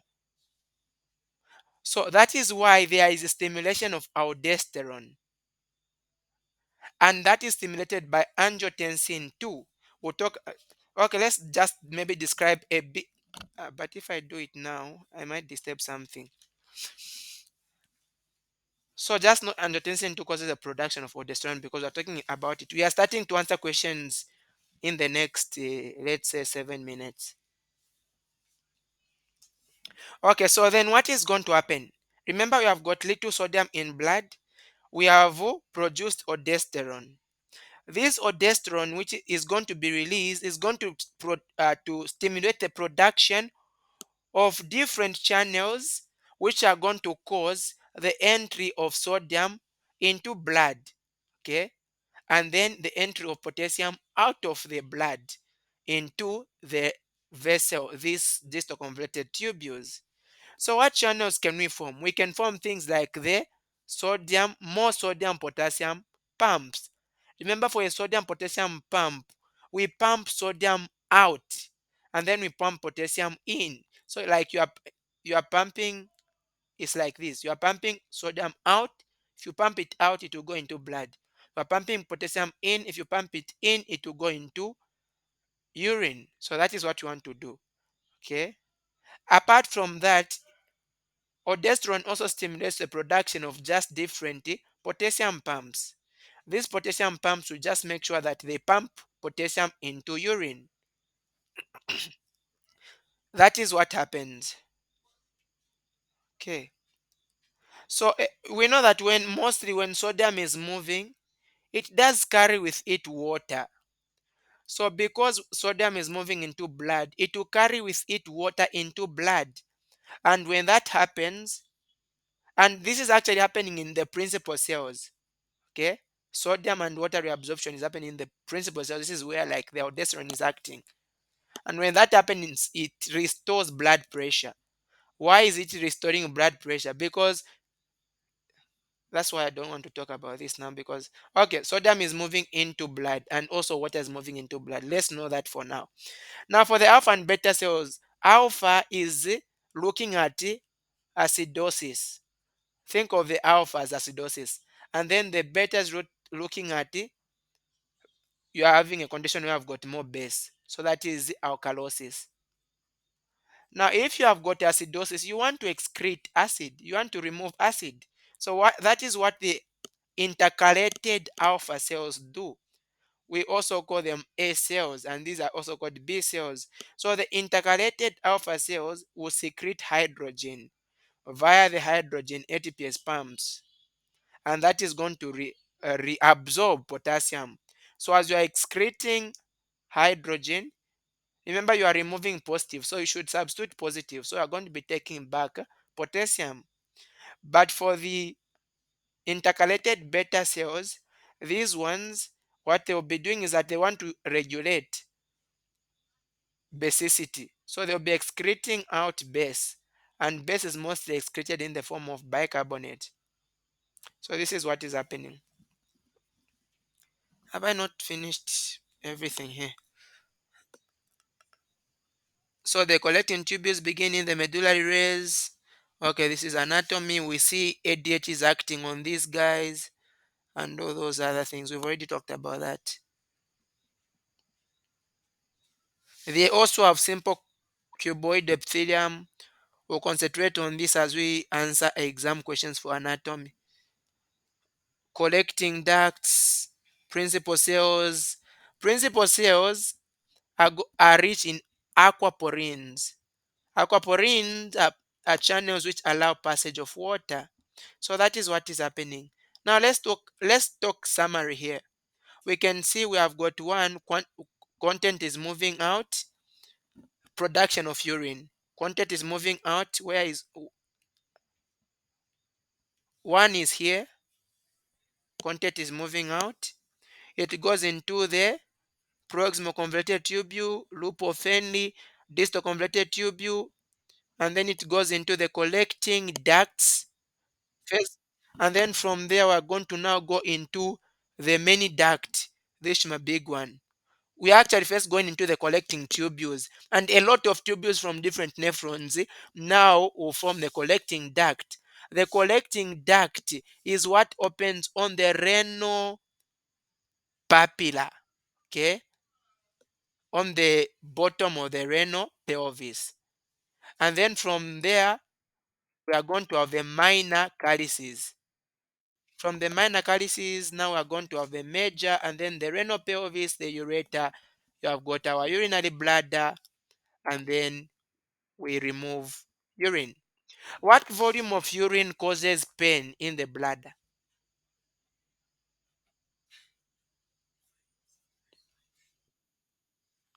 500. Thank you. What volume do we mostly, when we reach what volume mostly do we micturate? Do we wee wee? Okay, somewhere there. Thank you. So this is just summary. We've talked about everything here. Okay, we've talked about everything. We've talked about these guys, juxtaglomerular. The juxtaglomerular apparatus, what I just want us to look at. Look at what happens. This is the distal convoluted tubule, like we had something like this. We have got these blood vessels like this. It will go, the distal convoluted tubule, they will come here. So when the distal convoluted tubule comes here, the cells are going to have, take note, they are coming back to they are connecting with the afferent vessels. So juxtaglomerular apparatus is made up of juxtaglomerular cells, macular denser cells, and the lattice cells, which are also called Poxen cells. Now, the macular denser cells are just cells in the distal convoluted tubules which are in contact with the afferent arteriole. And then the juxtaglomerular cells are cells of the afferent arteriole in contact with the distal convoluted tubule. The other cells which we mentioned, the lattice, this is basically connective tissue. Others call it mesenchymal cells, and we already saw the function of those mesenchymal cells. Juxtaglomerular cells, what is their main function? These are juxtaglomerular cells. Remember, we are saying these are in blood vessels, right? In the tunica media of the afferent arteriole. Okay. Their main function, they are going to respond by secreting renin. But even why are we even secreting renin? When there is a change in blood pressure. So they have got mechanoreceptors which monitor blood pressure.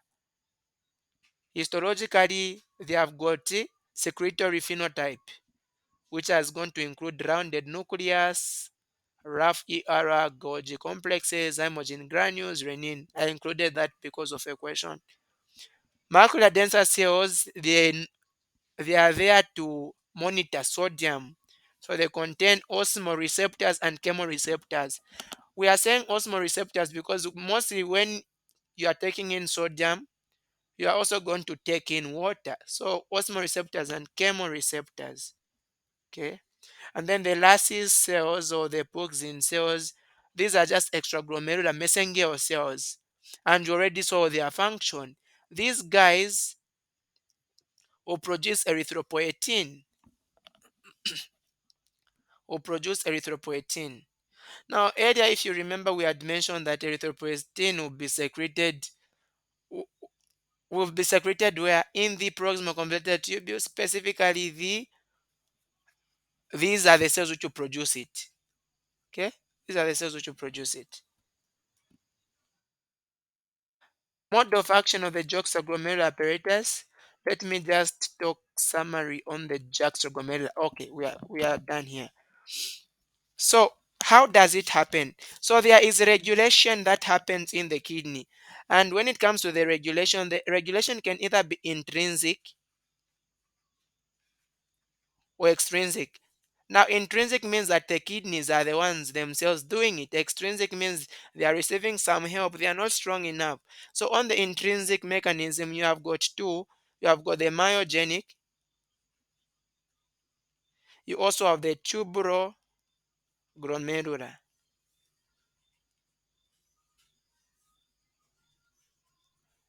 And then on the extrinsic here, you have got the sympathetics.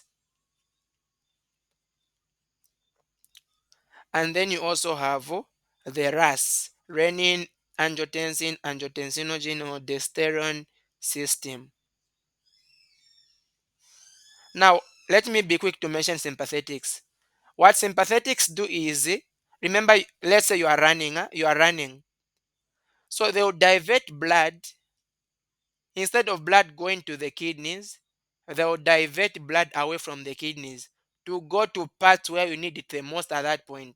Because to the kidneys, you are going to form urine. You don't want to start forming urine as you are running. Okay? So sympathetics reduce the glomerular filtration rate instead of increasing it.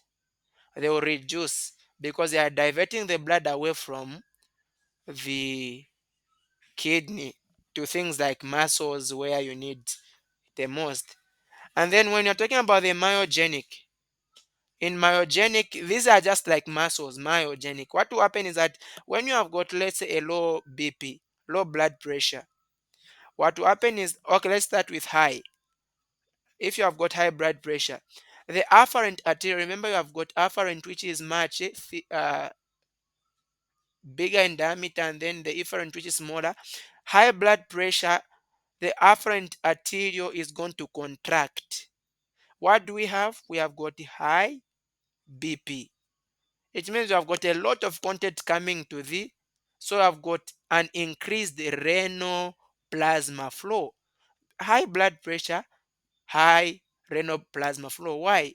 Like you have got a lot of things coming to the kidney. So because of that, you are going to have the afferent arteriole to contract. When it contracts, see, that is going to increase resistance, and that is going to reduce, see, blood pressure. You see the myogenic, as simple as that. Okay? When you have got low blood pressure when you have got low blood pressure, that is going to mean you are going to have less glomerular filtration rate. And what this makes sodium not to leave. Okay, like only little sodium is going to be removed here. And because of that, that is going to cause less contraction. In other words, myogenic uh, is just opposite. Low blood pressure, less contraction, meaning that these guys will relax, they will dilate, they will become bigger, and then contents will just be able to flow. And then it restores blood pressure. Okay. And then for the tubular glomerular, if you have got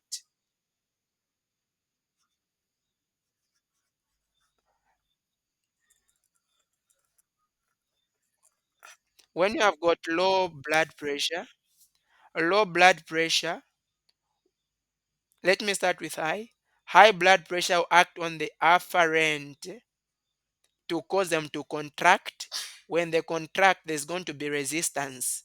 So only little blood will flow to this direction, and that will restore the blood pressure. Okay. And that is going to restore, mostly what we are looking at is the restoration of the glomerular filtration rate, and not really, okay, because when you have got high blood pressure, it means you are going to increase glomerular filtration rate. So if you contract, you are going to reduce the amount of blood going to this direction. When you reduce the amount of blood going to this direction, you even lead to direct this one so that a lot of blood can leave, and then you are going to only have lead to glomerular filtration rate happening, only lead to coming out. So that is what the myogenic does. Basically, just the muscles in these blood vessels. If it is low blood pressure, these are going to be able to dilate so that a lot of blood gets to flow. That is going to increase the glomerular filtration rate, because low blood pressure means you are going to have low glomerular filtration rate. Like you have got little supply, so you are going to have little coming out to make urine. If you want to restore, you need to dilate the vessels. So that is what happens. That's okay? Okay, for the tubulo-glomerular, you have got high BP. High BP is going to mean you are going to have a high glomerular filtration rate.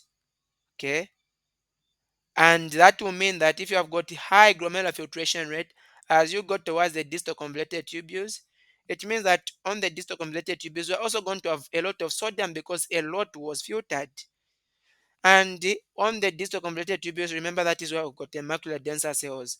So the macular denser cells will sense the sodium, and when they sense the sodium, that is going to respond by producing adenine.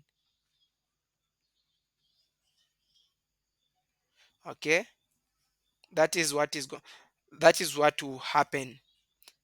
So that is when it is high. So when you have got high, what am I even mentioning? High BP, adenine will be produced.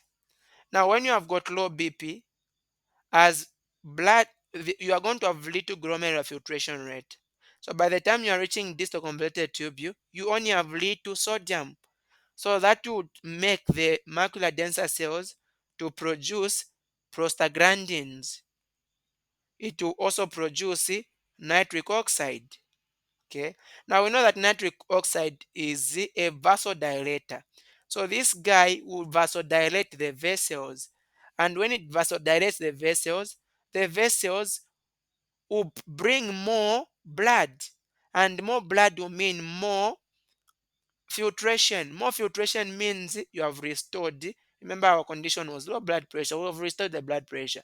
Now, what adenine does is that adenine is going to act on the arterioles to cause vasoconstriction. These two are vasodilators. Adenine is a vasoconstrictor.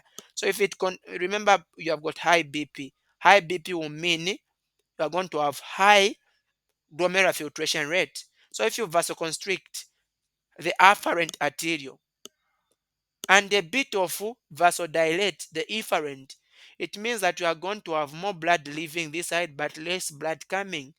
If less blood is coming, it means you are going to have only little glomerular filtration rate. If you have got little glomerular filtration rate, you would have restored, okay, your what was your problem. So for the sympathetics, we've already talked about it.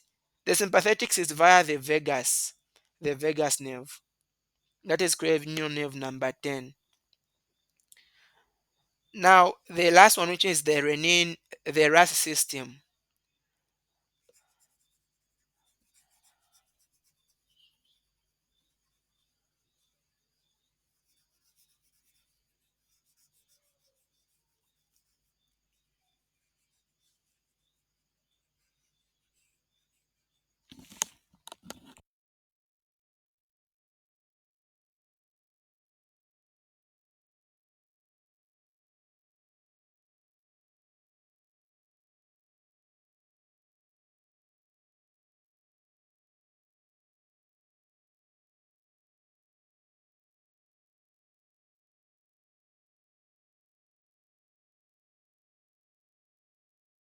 All right, so now let's talk about the RAAS system. The first thing is, what is going to be the trigger of the RAAS system? So we have got low sodium. Now remember, what cells monitor sodium concentration? Let me start with it. What cells?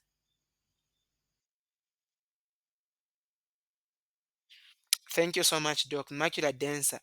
Now here we want to talk about RAAS. So the stimulators are going to be blood pressure. So like if you have got low blood pressure, or it will mean that you have got low volume of going to the kidney, right? Low volume of blood, so low volume. Apart from that, apart from the low volume, it can also be hyperosmolarity. You have got little water. So these three guys, what can happen is this. These three guys can stimulate the JG cells, juxtaglomerular cells. Remember, these regulate pressure specifically. What juxtaglomerular cells will do is that they are going to produce renin. When this renin has been produced, it will convert a guy who is called angiotensinogen. This guy is coming from the liver. It's produced by the liver. So angiotensinogen is going to be converted by renin to angiotensin 1. Now, angiotensin 1, there is also a guy called angiotensin converting enzyme, which is made by the lungs. You see now these guys are coordinating. Angiotensin converting enzyme will convert angiotensin 1, no, sorry, to angiotensin 2. Now, this angiotensin 2 will be a very important component. It can do a lot of things. Remember, you are the low volume. What would to do is that it will go to the hypothalamus and tell the hypothalamus, make monster to start drinking water to restore volume. So that will cause thirsty, so that I can restore the volume. Apart from that, angiotensin 2 can also tell the hypothalamus to release ADH, antidiuretic hormone. Now we know that it's not the hypothalamus which releases ADH. ADH actually comes from the uh, the kidney, the adrenal gland. Specifically, which part of the adrenal gland? Renal physio- uh, endocrine physiology is coming. So, which part of adrenal? Which part of the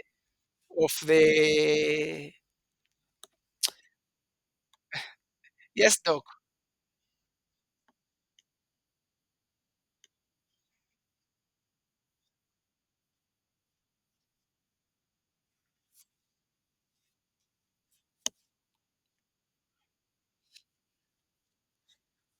Okay, we hear data, doc. We hear data. So, sorry, I was mentioning aldosterone. Okay, what the doc has said. So, from the posterior pituitary gland, also called as the neural hypothesis, we only have two hormones that come from there: ADH, and the second one, which I'm not talking about, that should be cortisol. So, ADH now can go on. Remember, it's the collecting duct, specifically the distal convoluted tubules, the late distal convoluted tubules, or the collecting tubules, and that is going to cause water reabsorption, right? Water to be reabsorbed, and if you reabsorb water, it means we'll restore our volume.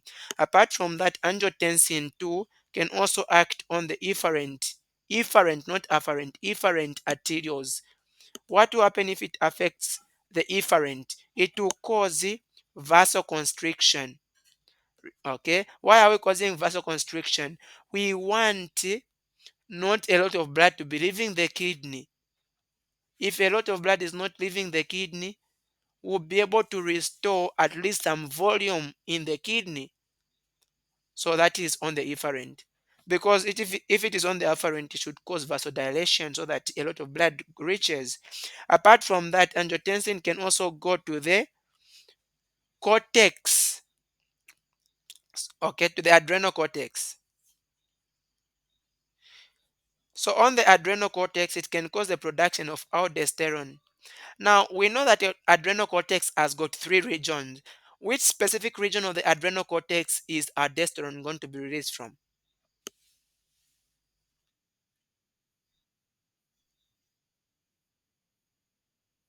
Thank you so much, Doc. Okay, so I remember it as glomerular filtration rate. You have got zona glomerulosa, gloma reticularis, and then zona fasciculata. So this one is salt. sugar at sex. So here it's the hormone regulating salt, the hormone regulating sugar, the hormone regulating the sex. So these should be androgens. We should know the androgens and what regulates our salt. Okay, so we can use that to remember also. So the aldosterone is now going to cause, what is the aldosterone going to do? It causes sodium and water reabsorption. Okay, sodium and water reabsorption. Now here I had mentioned hyper. Okay, this hyper is specifically in the kidney, in the kidney. So remember, in the blood vessel, why are we reabsorbing? So, oh, this is sodium reabsorption. So if we reabsorb the water is going to go and dilute the hyperosmolarity that we have here. Okay, that is what happens. The sodium would have been, maybe let's say you had hyponatremia, which can be affected, but mostly here we are talking about blood pressure. The sodium would be considered with the macular denser cells. So this is going to be important to take note of. Okay, so is that, I will not talk about this because already know it. Normal capacity of the bladder is 200 to 300. We've already talked about that. Okay, we are moving. This is the embryology of these guys. I just wanted to mention something about this. You can see this is our, we can see our cells, our detrosal muscles are the ones which contract to cause, to push away anything that is in the blood. So the process of weeing, I want to use that word, or micturition, basically involve two stages. The first one being the contraction of the bladder. The second one is called the micturition reflex. So what will happen is that you are going to have the stretch receptors present in the muscles, in the stretch receptors in the muscles of the bladder. Those are going to notice a stretch. They are going to send sensory signals to the uh, to nerves, specifically the pelvic nerves. These pelvic nerves will send information to the parasympathetics, to the spinal cord to be specific. Remember, started with a contraction, sensory signals. Sensory signals will send their signal to the via the pelvic nerves to the spinal cord. Now, the same pelvic nerves which are sending signals to the spinal cord, they also have fibers which take signals back, and those are the parasympathetic fibers. And then it will stimulate the detrosal muscles, and that is going to cause them to contract, and then that will cause them to push away anything that is in the blood. So that is how the mechanism happen.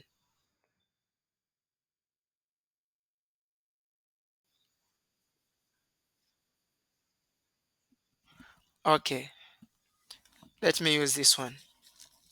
You have got stretch receptors on the bladder. When those stretch receptors have been stimulated because of contraction due to the presence of urine, they are going to send sensory signals to the pelvic nerves. You can see we have got pelvic nerves here. Okay, so those pelvic nerves will send signals, not these ones, the ones coming from here. They will send signals like that. Signals will go to the spinal cord. And then from the spinal cord, you still have other pelvic nerves which are parasympathetic. Remember, parasympathetic causes weeing, just like the parasympathetics causes ejaculation. Okay, pushing things out. So parasympathetics will send again fibers back, and that will go to the detrosal muscles. Detrosal muscles will be able to contract, and that will push the urine out. But the contraction of the detrosal muscles alone is not enough. You also have the pudendal nerve, which is S2 to S4. Pudendal nerve supplies the external urethral sphincter. This external urethral sphincter, we know it is voluntary, so you can control it. So if you control it, you can open the sphincter, and then urine can be able to move out. You can also have sympathetic nerves. Now, sympathetic nerves here, they are not necessarily involved in contraction. They are basically going to the mostly blood vessels. They actually inhibit the contraction, so to say. Okay.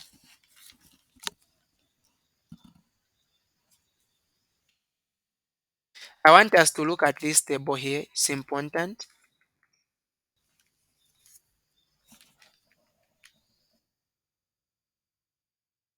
This one is just showing some things that happen at. So look at this. Some inhibitors of some things. Now, I'll leave it that we'll just check it. Let me just talk about this one because I've seen questions in the last year's test three. PTH, we already mentioned it. It notices plasma calcium. If calcium is low, we said PTH will be produced from this parathyroid hormone from the parathyroid. What are these? From the para glands at the end. Please finish for me. I've forgotten the name on the middle. So this is going to look at the action. It's going to, you have got a drop in phosphate reabsorption. Okay, drop in phosphate reabsorption, but increase in calcium reabsorption.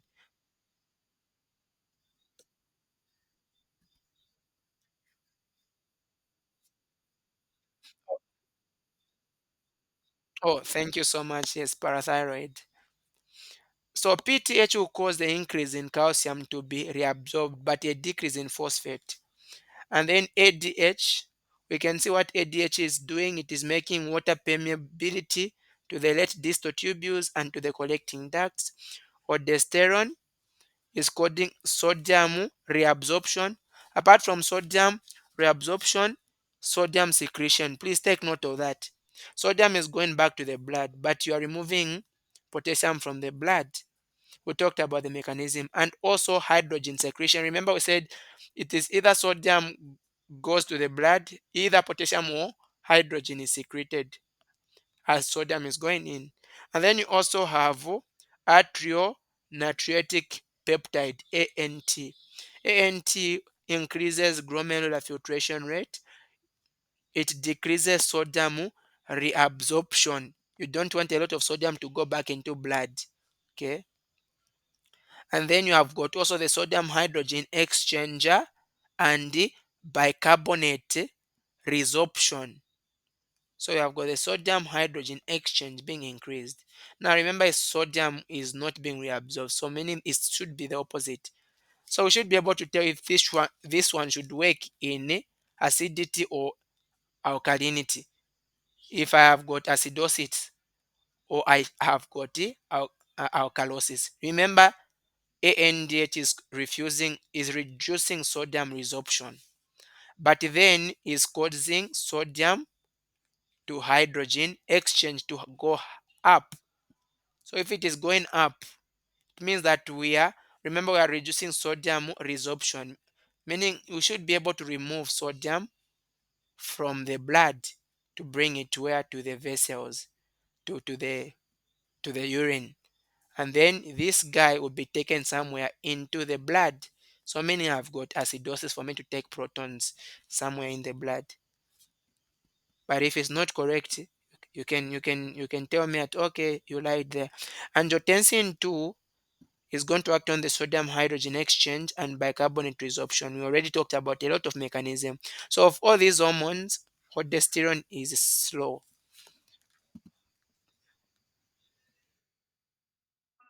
Okay, I'll not talk about this though.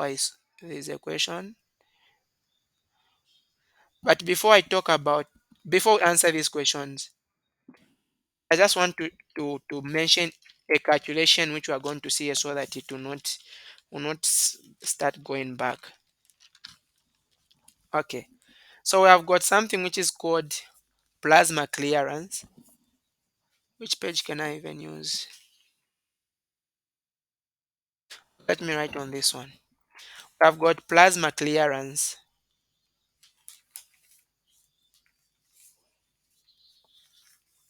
Now remember, you have got blood vessels which are going to the kidneys. Okay, they are taking plasma. It is only plasma that is filtered. Blood cells are not filtered. So I've got renal plasma flow. How much plasma is going to the kidney? So what plasma clearance is just a substance filtered but not reabsorbed or secreted in urine. So plasma clearance is just that substance being removed out of plasma. That is basically the simplest definition of plasma clearance. Remember, here we have got our our tube there. So if substance X has been removed, it has been cleared, so we can calculate its clearance. Now some substances can be removed but they'll go back into blood. Other substances can be removed and they'll never go back into the blood. How do we calculate plasma clearance? Plasma clearance is given by letter C. It's found by the concentration of that substance in blood, okay? And this should be in milligrams per mil. Remember, it's concentration. Concentration is mass over volume. And then we multiply by the urine flow rate. How fast is the urine flowing? That's given by V. Urine flow rate is given in mils per minute. And then we divide by how much plasma is going. How much plasma is going to the kidney. So that is called concentration of substance in plasma. That substance, how much of it is going to the kidney. So the concentration of that substance in plasma, that is called P. And that one is given also in milligrams per mil. So how much of this substance is in urine times how fast urine is moving divided by how much of that substance is in blood. That is what gives us a plasma clearance. We also have something called the net filtration rate. Now, what is the net filtration rate? Already at this point that we can see, let me just enlarge this one. So don't worry, in the I, I, I said of course next 7, but we've exceeded. It is because this thing is important. I just need to mention it.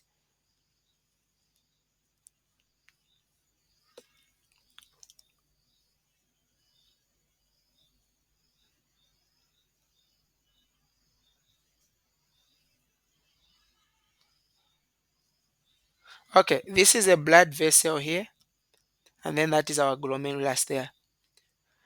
So you have got a pressure that wants to hold things inside the blood. Okay, what do we call the pressure that wants to hold things inside blood?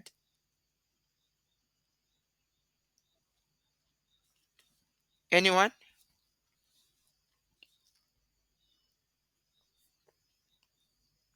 What do we call the pressure that wants to hold things inside blood? Oncotic pressure. So the oncotic pressure goes in this direction. It doesn't want things to move out of blood. So oncotic pressure is given by pi. It's also called that's what osmotic pressure. Huh? Should be the one, if I'm not mistaken. So because this is specifically in the blood, so we're going to represent it with a B. So the oncotic pressure in blood is preventing things from moving out. But we have got a pressure that wants things to move out of the blood. That is called hydrostatic pressure. So that one will give it as PG. Hydroclad sorry, PB. Hydrostatic pressure of the blood. The pressure that wants things to move out. Same way when things go into the glomerulus, there's a pressure that wants things to move out of the glomerulus. A pressure that wants things to move out is always known as the hydrostatic, but things are moving out of the glomerulus. So this is the hydrostatic pressure of the glomerulus. Again, there's a pressure that wants to hold things inside the glomerulus. And that pressure that wants to hold things inside the glomerulus is called the oncotic pressure. Now, oncotic pressure, we will say oncotic pressure of the glomerulus. Oncotic pressure is due to proteins in blood. What holds things inside the glomerulus are plasma proteins. But remember, plasma proteins don't come out of the blood. So inside this system, inside here, we don't have plasma proteins. So the oncotic pressure of the glomerulus is going to be zero because we don't have those plasma proteins. So then how do you find the net filtration rate? The net filtration rate, you find out the rate that is taking things out, okay? The rate or the pressure that is putting things out. We have got the PB, who add the pressure also putting things out or maintaining things in this region. You can see where the arrows are pointed. So that is the pi g. Okay. And then we'll subtract the pressure putting things out of, the pressure maintaining things inside the blood, and the pressure which is pushing things out of this system, out of this portion. And that is P pi plus, did I put pi here? It's Pg in the glomerulus plus pi b. Now, mostly we've said pi g is going to be 0. So you not we can actually just write this as a pb plus pi g minus pg. Okay, that is how it's going to be. Is this okay?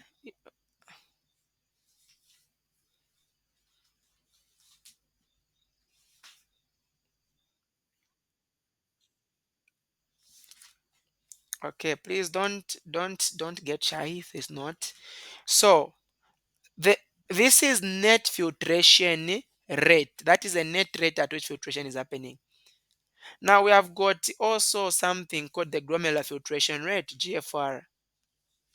So GFR is just how much things are moving out.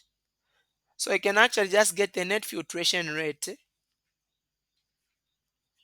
You multiply it by KF.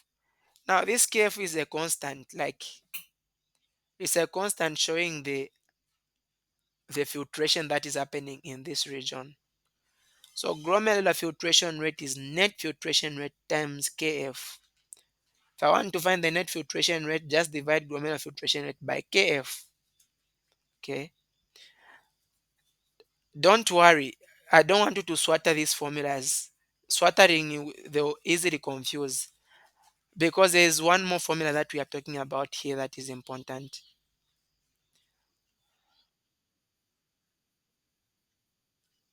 Yes, it's a constant.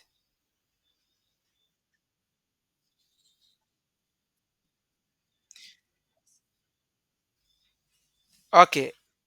If yes, doc.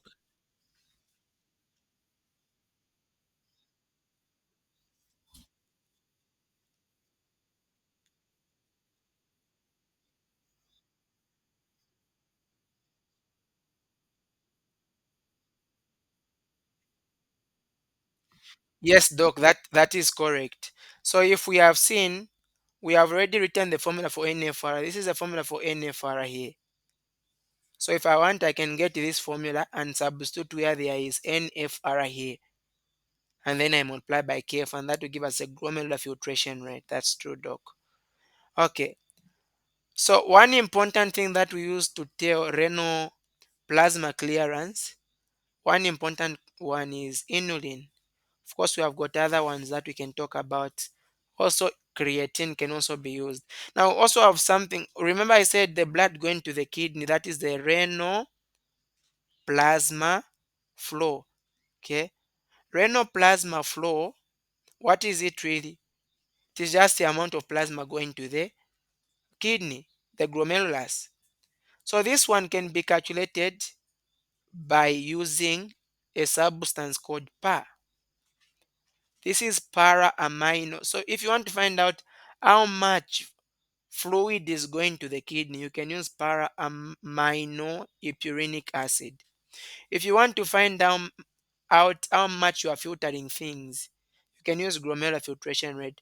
Now, you can use inulin, but you can also use PAH for glomerular filtration rate. Don't worry, we'll get to put this together. Okay, how do you find renal plasma flow? Renal plasma flow is given by concentration of PAH in urine multiplied by the rate of urine, that is the V, that is the rate at which urine is moving. And then you are going to divide by the concentration of PAH in plasma. It is the same formula that I wrote earlier for clearance, but it's just that we are talking about PAH here specifically. Now, this is the renal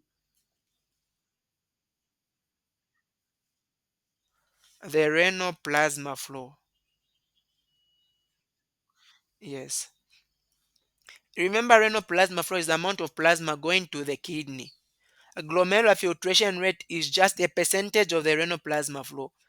Glomerular, how much will be filtered is just 20% of what went to the blood, to the kidney. Actually, 25%. Glomerular filtration rate is 25% of the renal plasma flow. Of everything that goes to the kidney, only 25% is going to be filtered. Okay, so that is important also to understand. Now, renal, we also have something which is called renal blood flow. Remember, plasma was just talking about the liquid component, not including blood. Now we're talking about renal blood flow. So renal blood flow then is going to just be renal plasma flow. Okay, this is supposed to be a P, renal plasma flow. And then you divide by 1 minus hematocrit. What is hematocrit? Hematocrit is just the, oh, have I not written the wrong thing here? Okay, supposed to be renal. Okay, let's let's write it right here. I've written the wrong thing, or maybe the right thing, but I've written it wrongly. Now we want to compare the amount of blood going to the kidney and the amount of plasma going to the kidney. Let me write it in this way so that it will be clear. The amount of plasma going to the kidney is a percentage of just the amount of blood going to the kidney. So you can actually get the amount of blood going to the kidney. Okay, the amount of plasma going to the kidney is going to be equal to the amount of blood, renal blood flow, and then you multiply by 1 minus hematocrit. That is the same thing I wrote. Now, what are we saying? Because if you swatter this, it might confuse you. You might maybe say it is renal blood flow, which is 1 minus blah blah blah. So 1 minus hematocrit mean hematocrit is a portion of blood that has got blood cell or red blood cells. So if you say 1 minus hematocrit, you are talking about the portion of blood that doesn't have blood cells. Okay, so you are saying the portion of blood without blood cells, if you multiply with the entire portion that is flowing to the kidney, the entire blood that is going to the kidney, it will give you the renal plasma flow. You see, there's no swattering here. Even if you forget, you can actually derive that. Okay, 1 minus hematocrit is what does not have blood. So the portion that does not have blood, you multiply by the total blood to give you the renal plasma flow. Yes, doc, you can go on.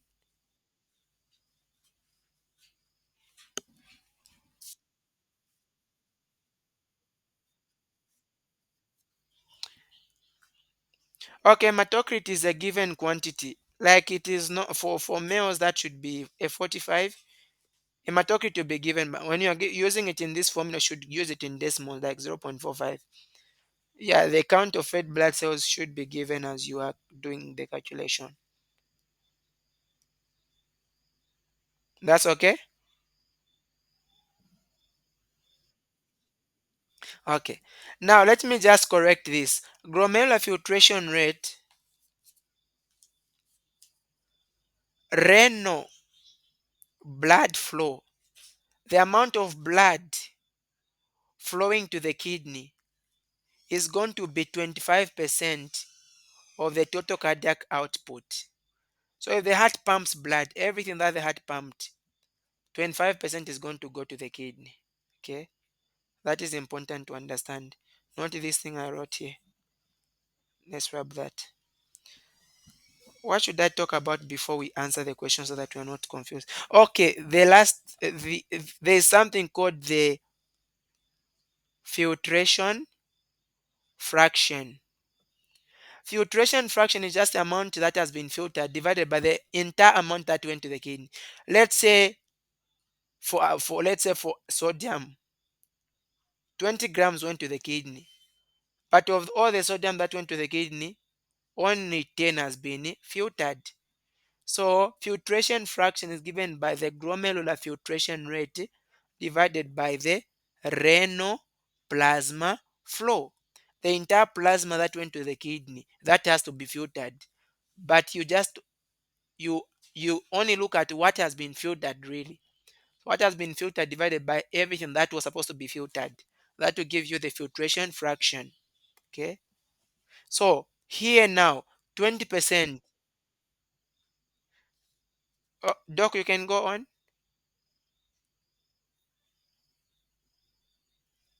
Okay, 20% of renal plasma flow is going to be filtered, meaning that this is what I was now talking about.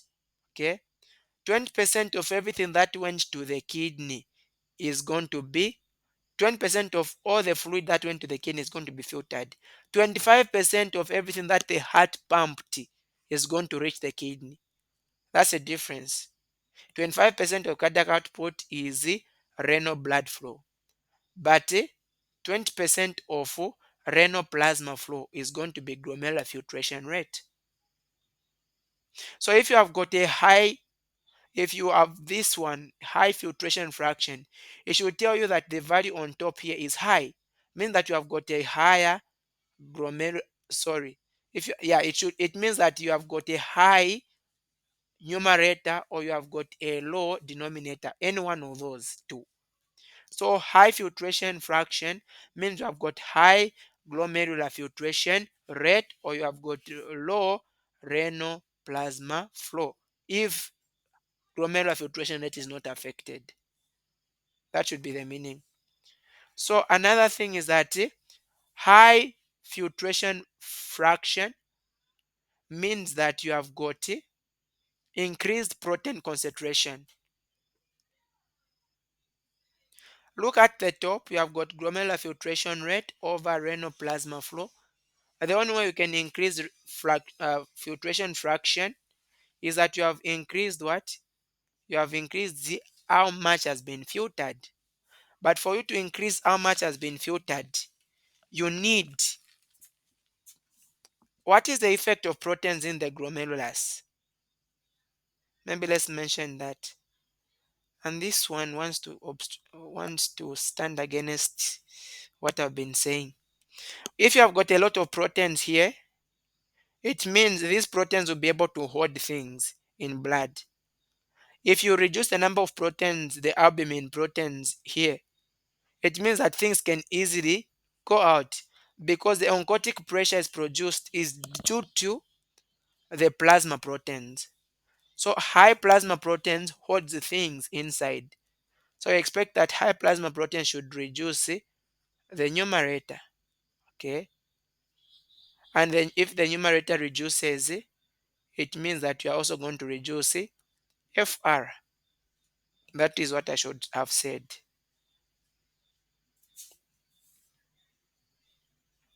So just a question which I wrote saying net filtration pressure is equal to PG pi what? That is called the starting forces. I think we are now done with everything on the just a clearance, which one can be cleared more than the other. Before you ask, doc, let me just mention this on clearance. Clearance is just something moving out of the glomerulus, moving into blood. I mean, moving into urine. Remember, we drew the glomerulus. We have drawn the glomerulus here. So clearance of something is something moving out and then going into urine. So there are some substances which will, if they go out,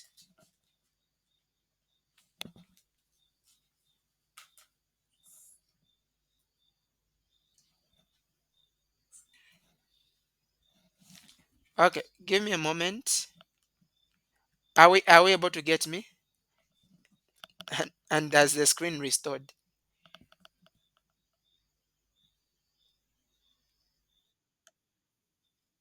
Okay.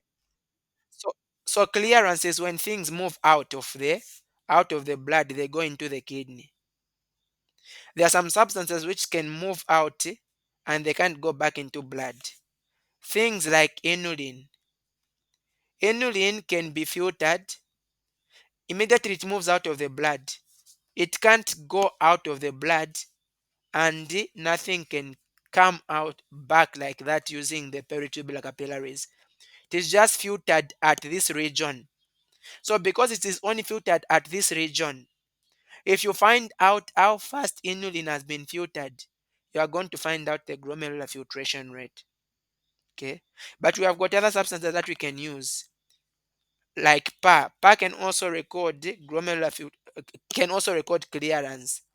Clearance will always not be equal to glomerular filtration rate. Clearance is going to be equal to glomerular filtration rate for substances which are completely filtered.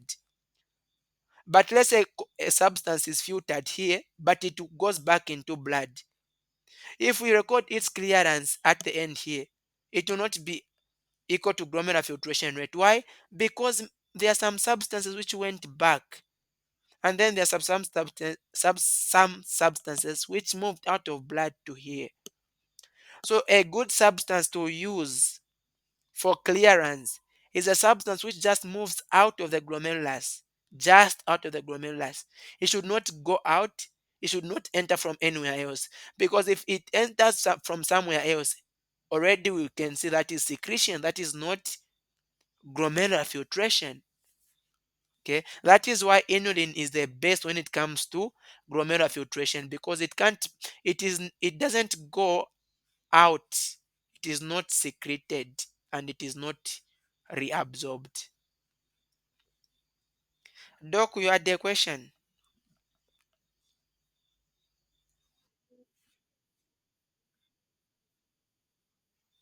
The 20% is indicating how much of plasma that reached the glomerulus is going to move out to go into the kidney as glomerular filtrate.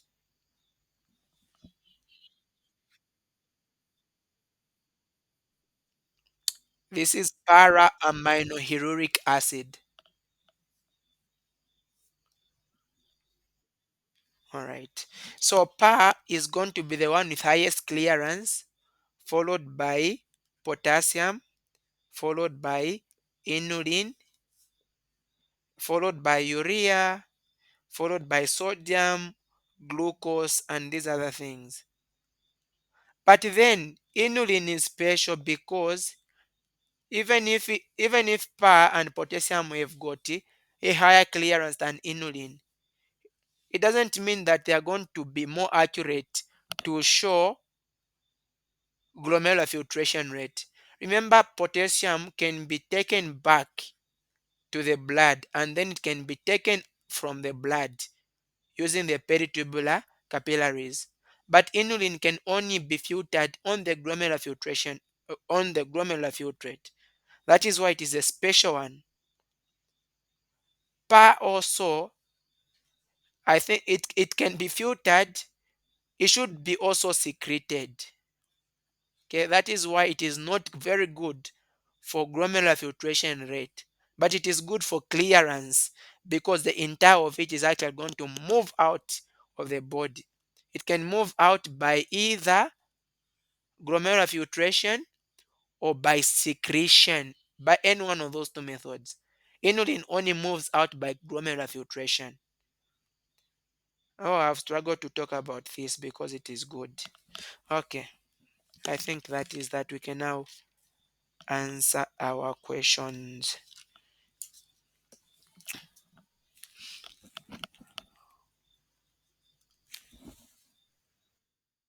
Start with this one.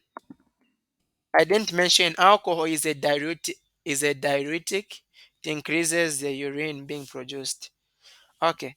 Drinking alcohol would be expected to cause small volume of dilute urine, large volume of dilute urine, normal volume of urine of normal osmolarity, excretion of large volume of urine. Which one would you choose?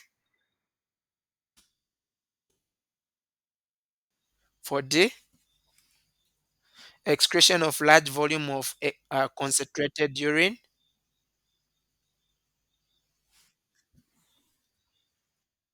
Pardon?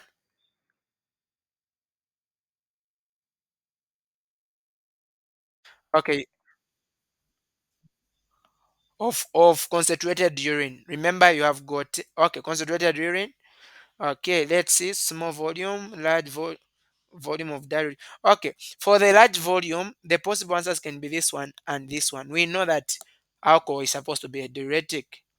It's not normal volume. Okay, not small volume. So between dilute urine and concentrated urine, which one is going to be true?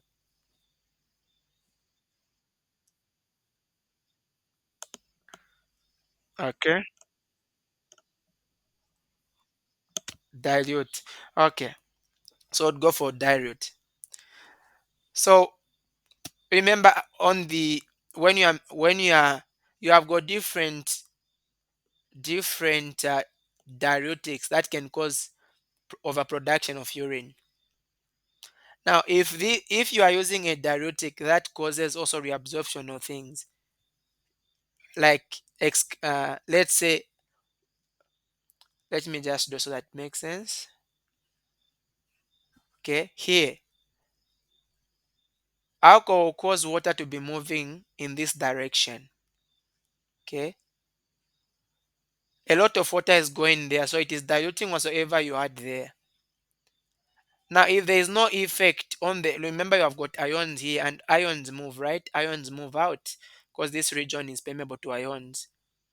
If they are moving at their normal rate, then definitely the urine is going to be diluted.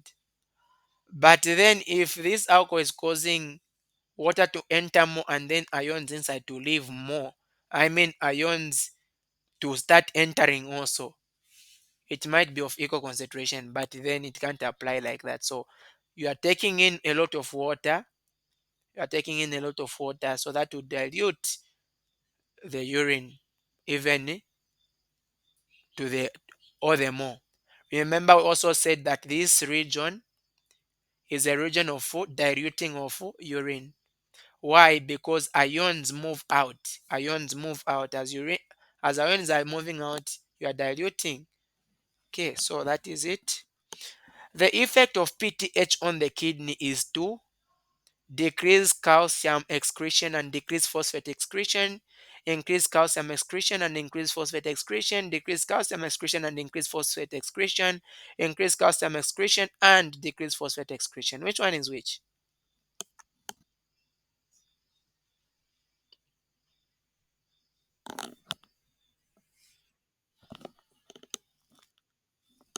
Okay, so we have got to 1C and 1B. Who else? Another C. Another one.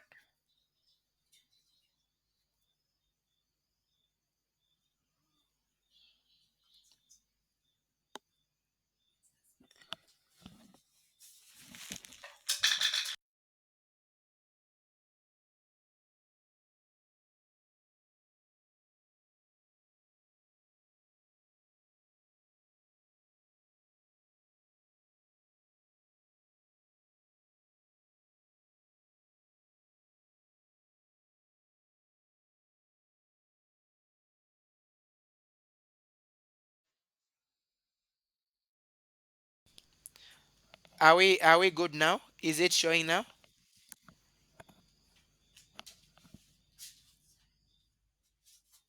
Okay. So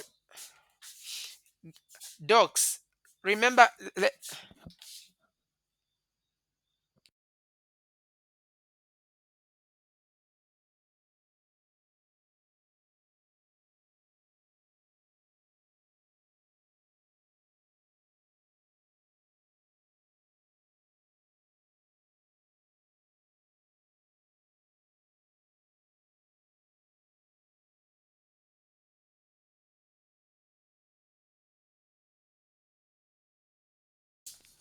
okay. Sorry, someone was calling on the phone. Okay, is there another option that we are choosing? Anyone else?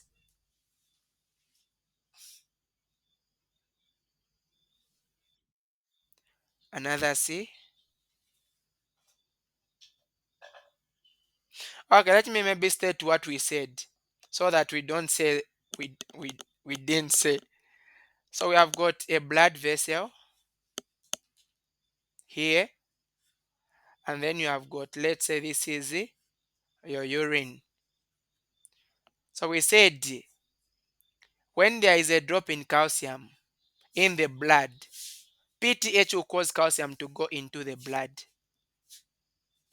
As it is doing that, it will cause calcium to decrease from the, I mean, phosphate to decrease from the blood.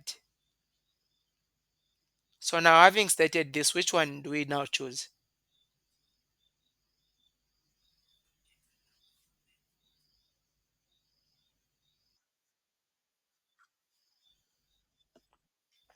Okay, let's analyze them. Decrease calcium excretion and decrease phosphate excretion. We know we're supposed to decrease the excretion of calcium because we're supposed to take it into blood. So for this one, increase calcium excretion, don't even be correct, because if you excrete more calcium, the main aim of PTH is to take calcium from the urine. Okay, decrease calcium excretion and increase phosphate excretion. This is the thing, docs. You can see we are pushing phosphate into blood, and then we are removing phosphate. So we are decreasing calcium excretion. Does that make sense?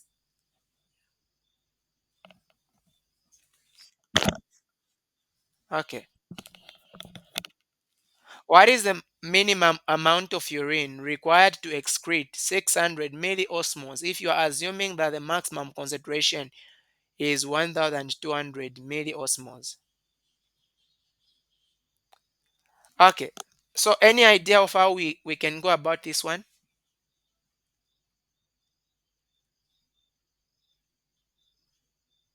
Any idea?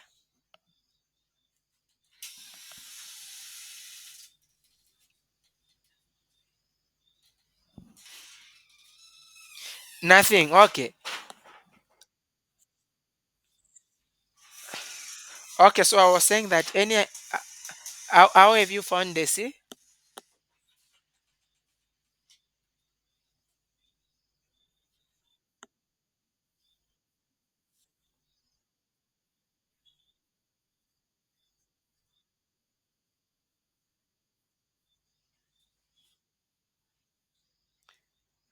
Okay.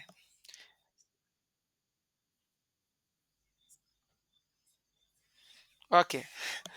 I don't know what she has done, but she has said she divided 1 2 with 600, and it gave her a number, and then she converted it to meals. Oh, there is another doc who is speaking.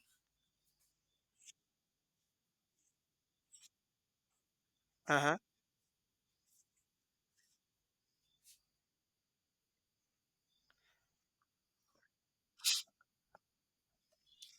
Okay, thank you. All right, thank you both docs for that. Now, so you know, you might not know every formula, but at least they have told us what do you want to calculate here. You want to calculate the urine. What is the minimum amount? Amount, we want the amount. And you can see the answers here are only what? Are only liters. So in other words, we want volume. We want our answer to be in volume. So you can just rearrange what you've been given here. Look, you have been given 1200 milliosmoles per liter. This also means that in 1 liter, we have got 1200 milliosmoles. That's a meaning 1200 milliosmoles per liter also means in 1 liter I've got 1200 milliosmoles. If I multiply this value by a 600 milliosmoles, why am I doing this? Because I know the milliosmol can cancel with the milliosmol, and then these two zeros can go with those two zeros. Oh, this is 1 2, and then 6, this can go there. We can see our answer is going to remain as 0.5 liters, and convert this to centimeter to mils, which is just multiply by 1500. I've never known. I You might not find this like where. So you can use things that has got units is easier to work with. You just use physics. Okay, is this okay?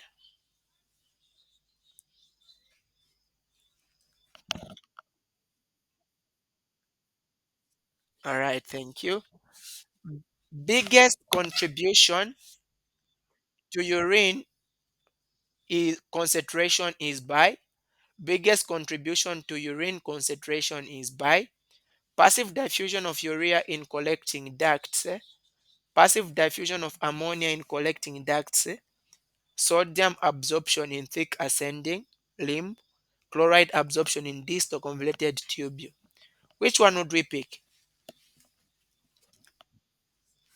Okay, our doc has picked C, sodium absorption, another C, another C. Okay, in thick ascending, another C. Okay, okay, this is to you. Let's hope it's not what I'm thinking. Look at this. Urine concentration. Are we dropping the concentration or increasing the concentration?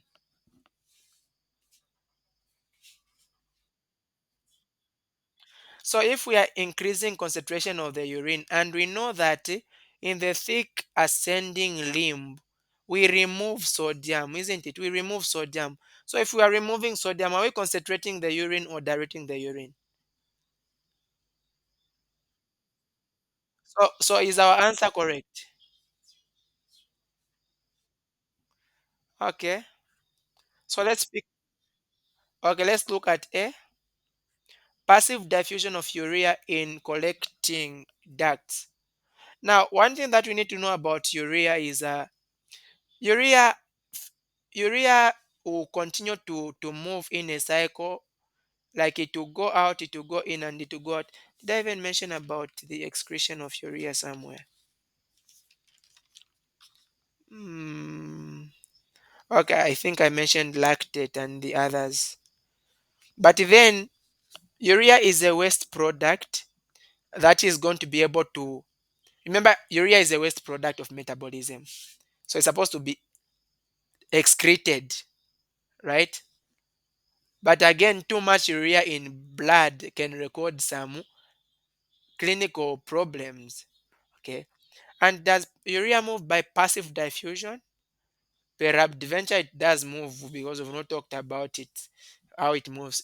Is there anyone who knows by what movement it moves? Urea, is it by passive diffusion or it uses energy?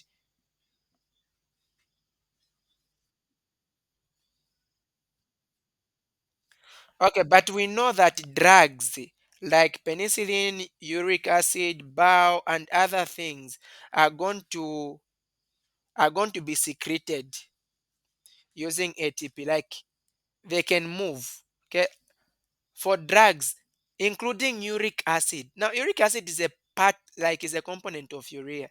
When they are moving, they use UTP. So if we can follow by that, that's the only thing that we talked about urea that we can apply. Uric acid and other drugs in the proximal convoluted tubule can be secreted using ATP out of the blood. So meaning this option will not qualify if we go by that urea and uric acid.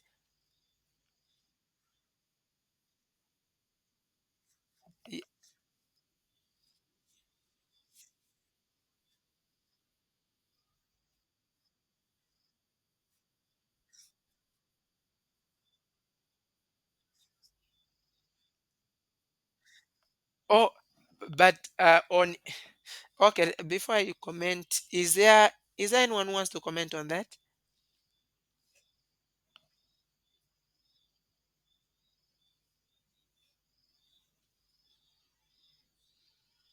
Anyone?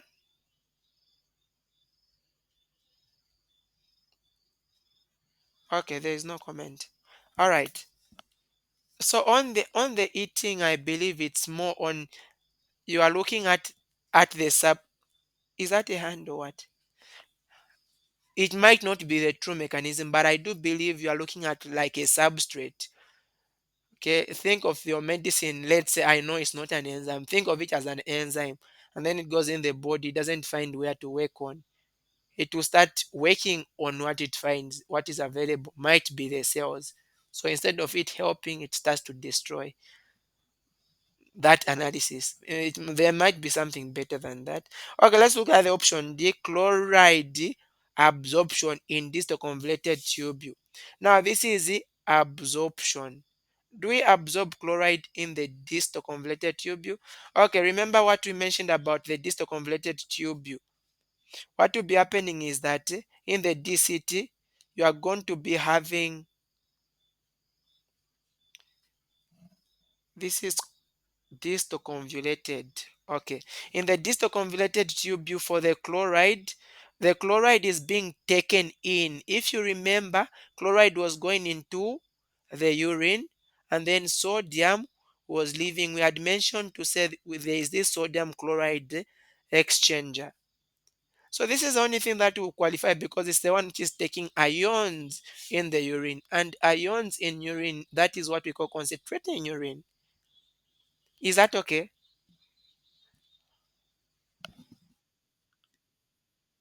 Yes, please.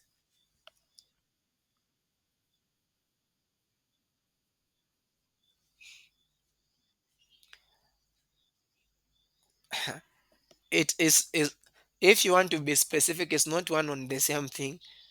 But I believe on some circumstances, if you don't want to be too detailed, you can use them reversibly. To absorb is to take something. To reabsorb is to take something that you brought.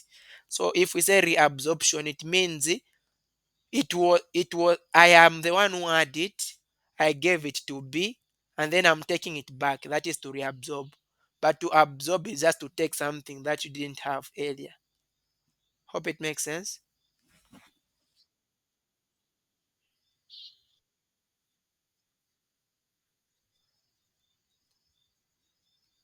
So to be specific, it is being reabsorbed.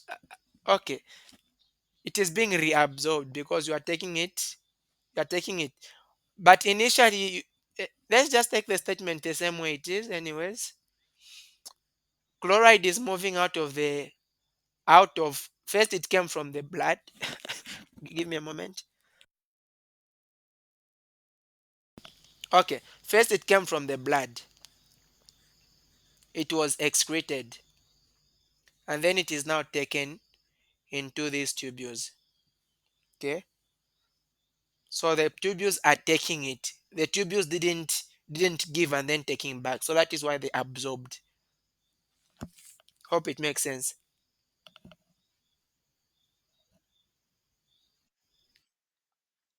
Okay. Water handling by kidney, percentage reabsorption under maximum ADH. So when you have got maximum ADH, what percentage are you going to be able to 90 what? There is C, 99.9, another one 99.4, another one B. Which one do we pick? Okay, if you read should be Ganong, they say 99.7. So for this one, I'll allow you yourself to decide. I'll not pick for you because I can pick this. The value that they've used in the recommended book is different from what is here. So you can pick which one you think is closest to 99.7. Okay. The se- so According to the what?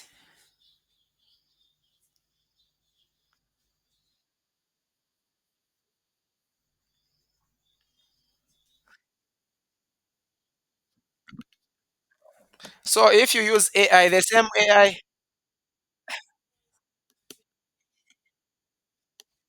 okay, 99.4. So pick the lower limit. But just know that in the textbook, that one is there. In case they change someday. The ascending limb of the loop of Henle is, so we're talking about the thick ascending limb. Impermeable to sodium, involved in active transport of potassium into the lumen, involved in active transport of chloride out of the lumen, involved in active transport of sodium into the lumen. Which one would we pick?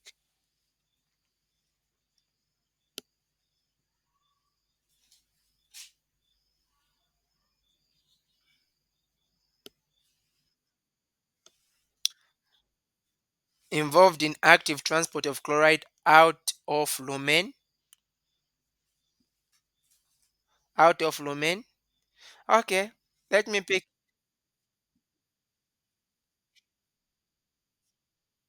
D, involved in active transport of sodium into lumen.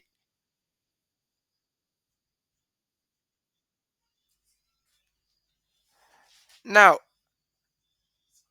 do I think are we taking sodium into the urine, or we are moving sodium out of the urine? So is this option D correct? So this one, unless if we said the lumen of the blood vessel, but this is the lumen of the ascending limb. So this one, involved in active transport of potassium into the lumen. Potassium.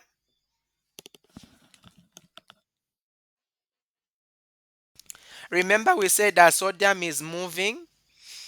We can either use the sodium with a potassium. We said that is a potassium. Okay, we have got two things that is happening. We have got the early distal tubule and the late distal tubule. So on the early distal tubule, we are pushing sodium out and chlorine out of the tubule. In the late, we are pushing sodium out, but this will be with exchange with either potassium or hydrogen. This will be coming in. We are going to be exchanging like that. So which one do we pick?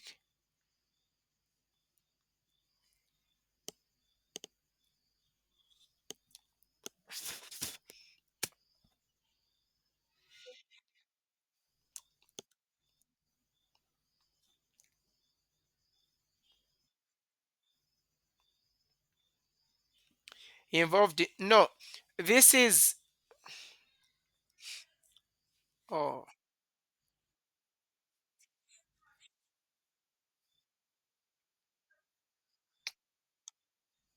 yes. Now I've even put a wrong one. This one I've put here is for the distal convoluted tubule. Please know this for the distal. Now this question is for the loop of Henle. We know that for the loop of Henle things, okay, mostly for the loop of Henle is going to be involved in the countercurrent exchanger. In the countercurrent exchanger, we are moving positive ions into the interstitium from the lumen. The impermeable to sodium will not be true. Involved in active transport of potassium into the lumen. I don't believe the into the lumen because it's supposed to be like going out, unless otherwise. Involved in active transport of chloride out of the lumen. So this,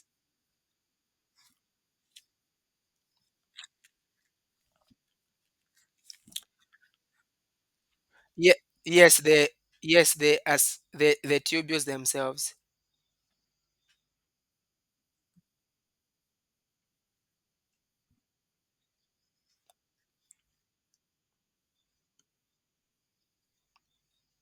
Okay, but the thing is that this is happening in the distal convoluted tubule. This is early distal convoluted tubule. This is late distal convoluted tubule. In the loop of Henle, what is involved is sodium, potassium, and chlorine. So what happens is that you are mostly moving the sodium out, the chlorine out, and the potassium out in the ascending limb. But I don't know specifically which part of the ascending limb is moving these out. But those are the three that you move out: potassium, sodium, and chlorine. You are moving them out. But potassium is just a little. Most is the sodium and the chlorine because they move as sodium chloride. That is in the loop of Henle. And then these guys happen in the distal convoluted tubule. So we can go for this one because it's the only one which includes these. Because potassium will not go into the lumen, it's coming out of the lumen. These three are coming out of the lumen. And the only option that agrees with that is C. I don't know if that makes sense.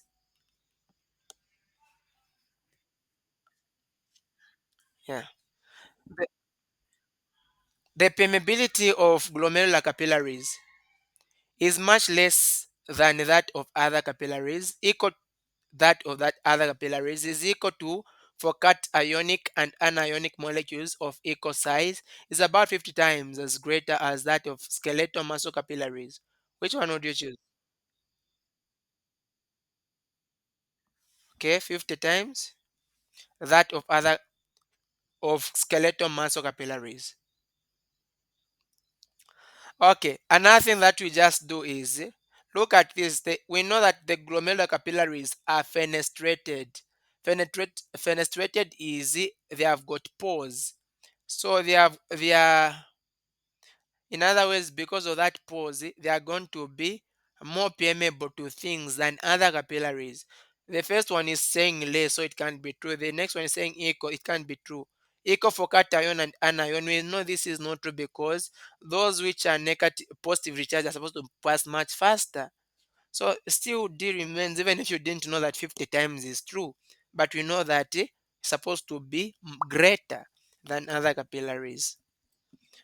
With regard to glomerulus filtration, is equal for cationic and anionic molecules or cross if less than 8 nanometers in diameter. Autoregulation maintains flow. Afferent arterial are the driving force. Which one do we pick?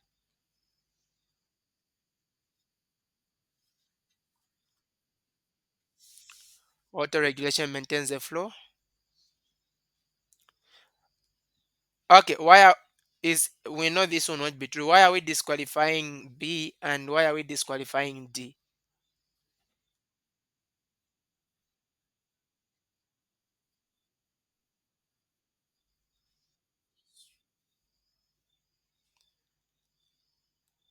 You should read it again, the Ganon. Okay, maybe they are different Ganongs, or maybe it's another edition.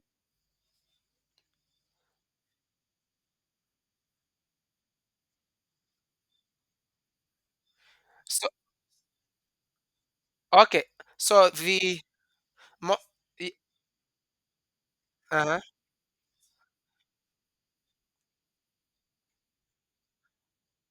okay, all right. Thank you so much. So the reason would be things which are 8 nanometers are supposed to close actually.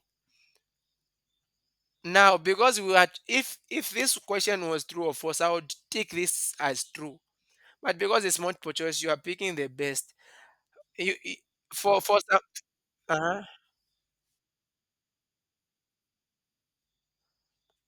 Okay, go on.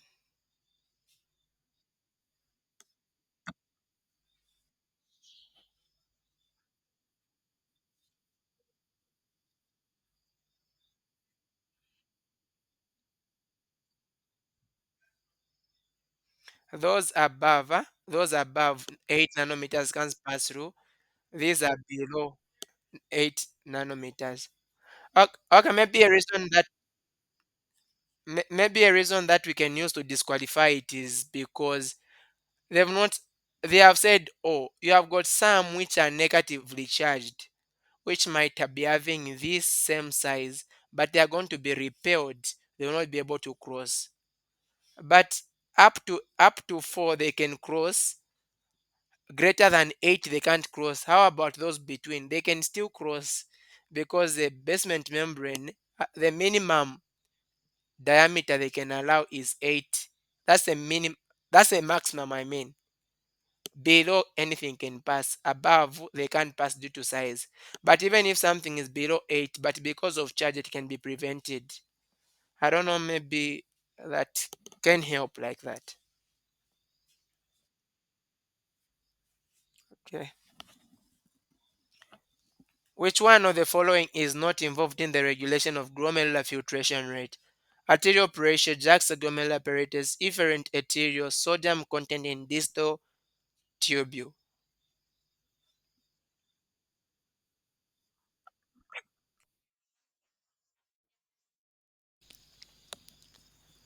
We are sure about that?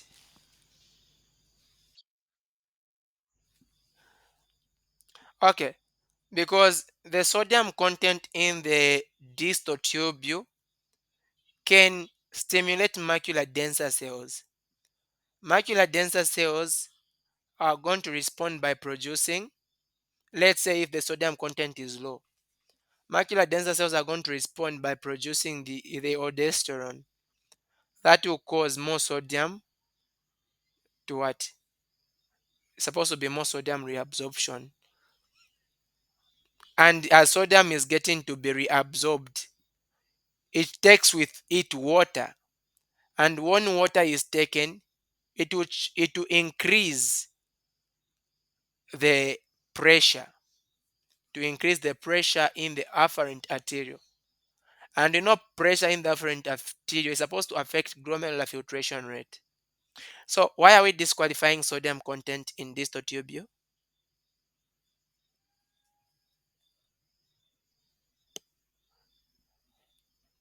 We can go on and qualify our answer. For me, I can disqualify this one, arterial pressure. I'll argue at the end. So let people argue why they are choosing sodium.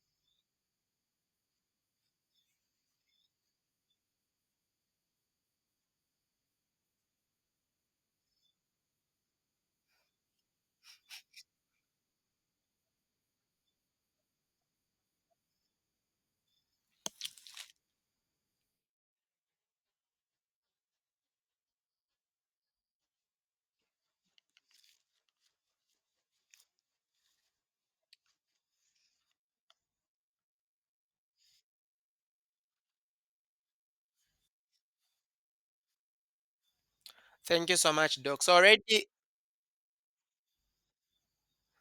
these two are correct. Yes, yes, Doc.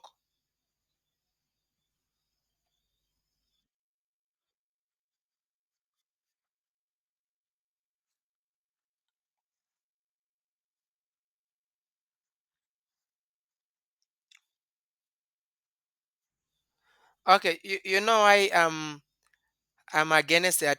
Even sodium will regulate, will be to some extent involved. Why I'm not looking at arterial pressure is because it is too general.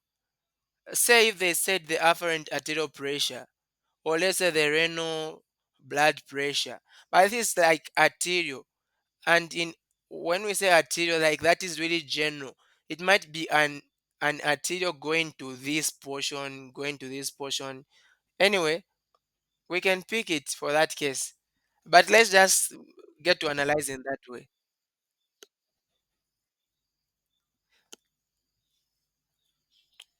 Hope my analysis is correct. But sodium content in distal tubule causes aldosterone.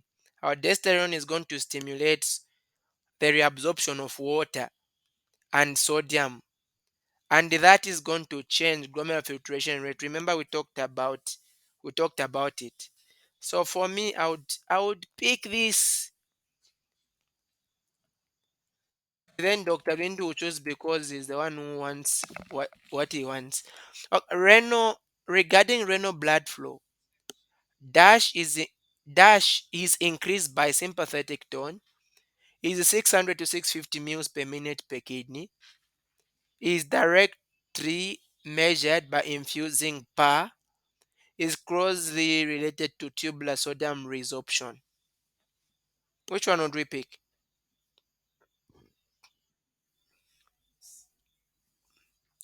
Is directly measured by infusing PAH. This one? Okay. What do others say? Okay. B. Another another B.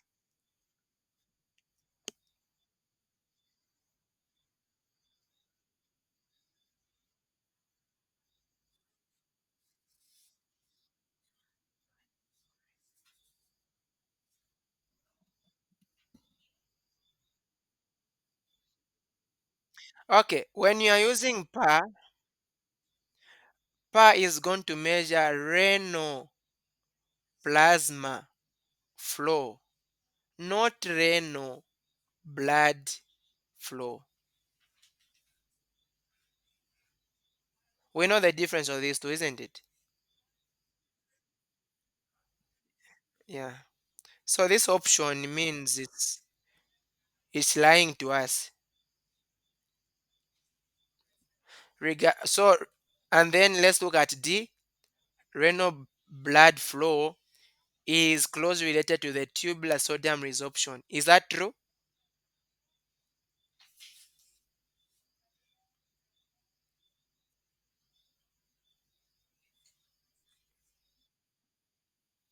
But it sounds wrong. You don't need to. Now remember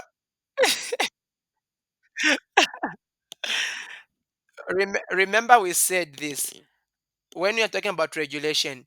We said if you have got a high blood pressure means you are increasing the amount going to the kidney. In other words, you are increasing renal blood flow, right? If the renal blood flow is high, what will that do? It will cause an increase in filtration here happening, right? When there's an increase in filtration happening, it means a lot of sodium is going to leave. When a lot of sodium leaves, what happens? It will go and stimulate the distal converted tubules, macular denser cells to produce adenine. Adenine will come back and constrict to cause a reduction. Are we getting that?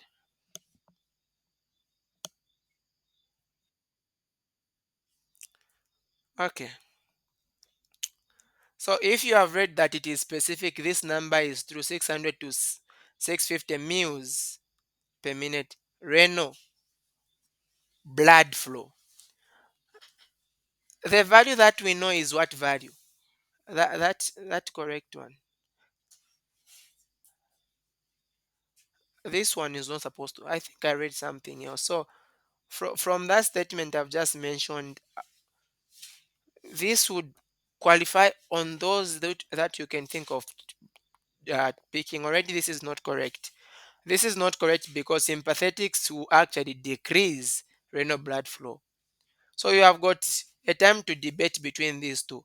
But on this number, I think I saw something which was more than that. It's around 660 mils per minute. Okay, there's a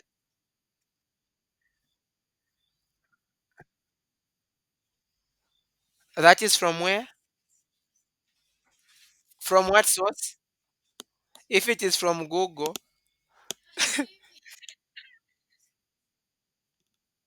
from somewhere, okay, even from somewhere it is still low. So it means that this won't be the answer, isn't it? From Instagram.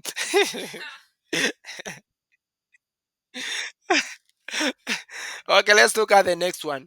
Increased glomerular filtration rate with increase in glomerular filtration rate occurs with hypoproteinemia, increased sympathetic stimulation, decreased renal blood flow, ureteric obstruction. Which one is going to increase glomerular filtration rate?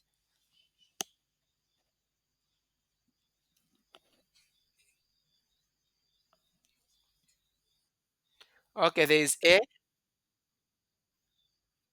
there is C,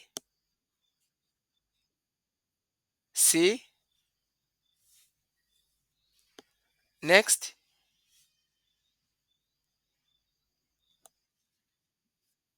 okay, D,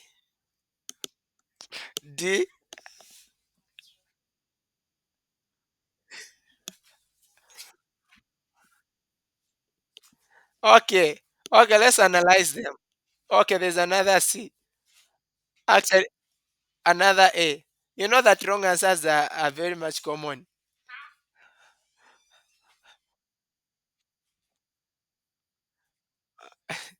Okay, okay, okay, let's analyze another D. Wrong answers are very common. If you if the ureter is obstructed, how does that affect glomerular filtration rate?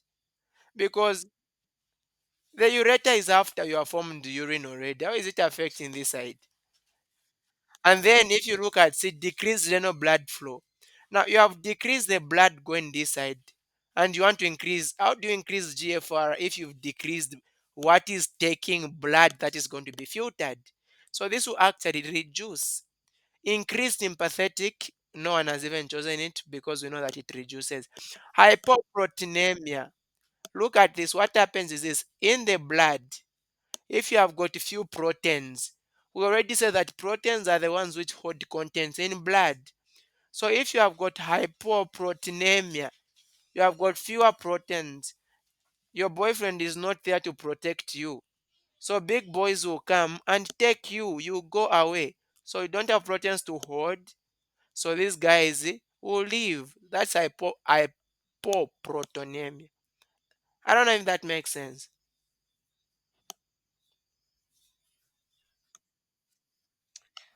Okay.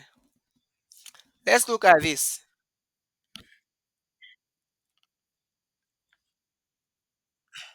Hypoproteinemia. Hypoproteinemia.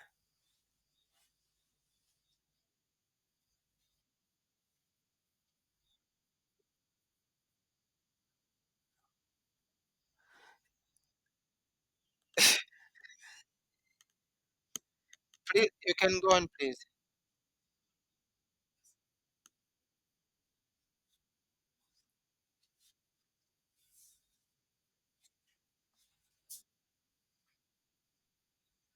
Uh-huh. That's all. Huh? You found the answer, isn't it? Okay. The formula, yes, doc.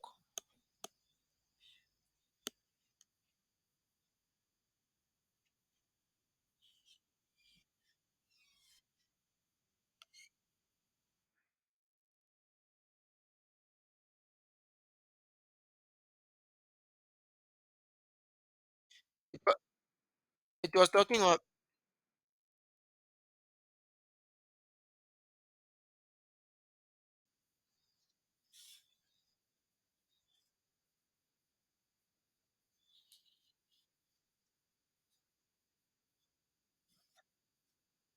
Mhm.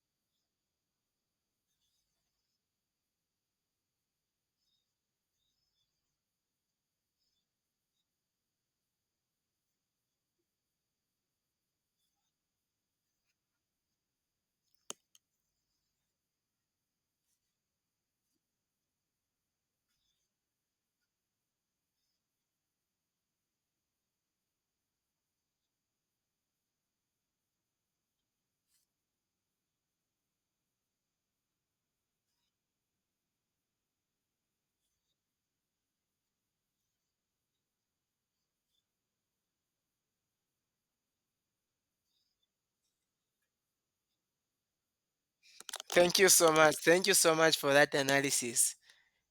I hope we have gotten. I hope we are learning how we can analyze. I like that analysis very much.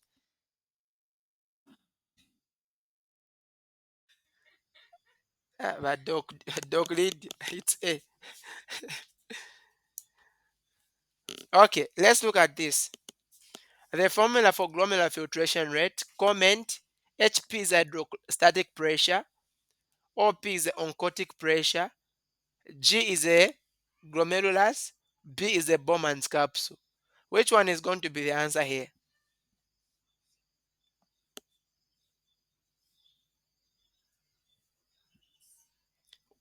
30 seconds. Okay, Doc Lydia has picked A.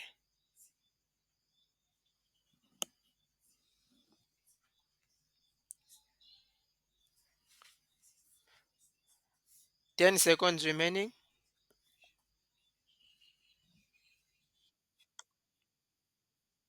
Okay, A. Okay, let's now analyze it since everyone is just picking A. Are you sure? So let's say that is going to be a blood vessel,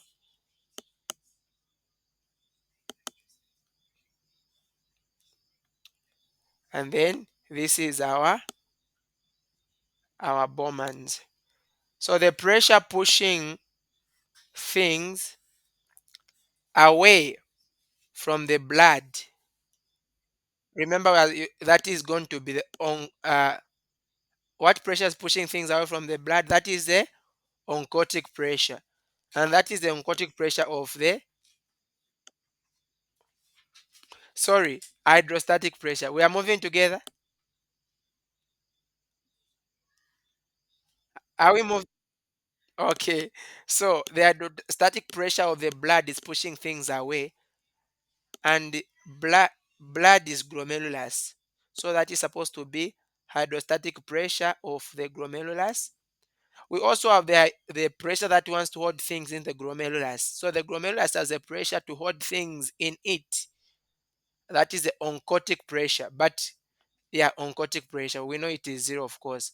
So oncotic pressure is representing OP, but that is the oncotic pressure of the Bowman's capsule.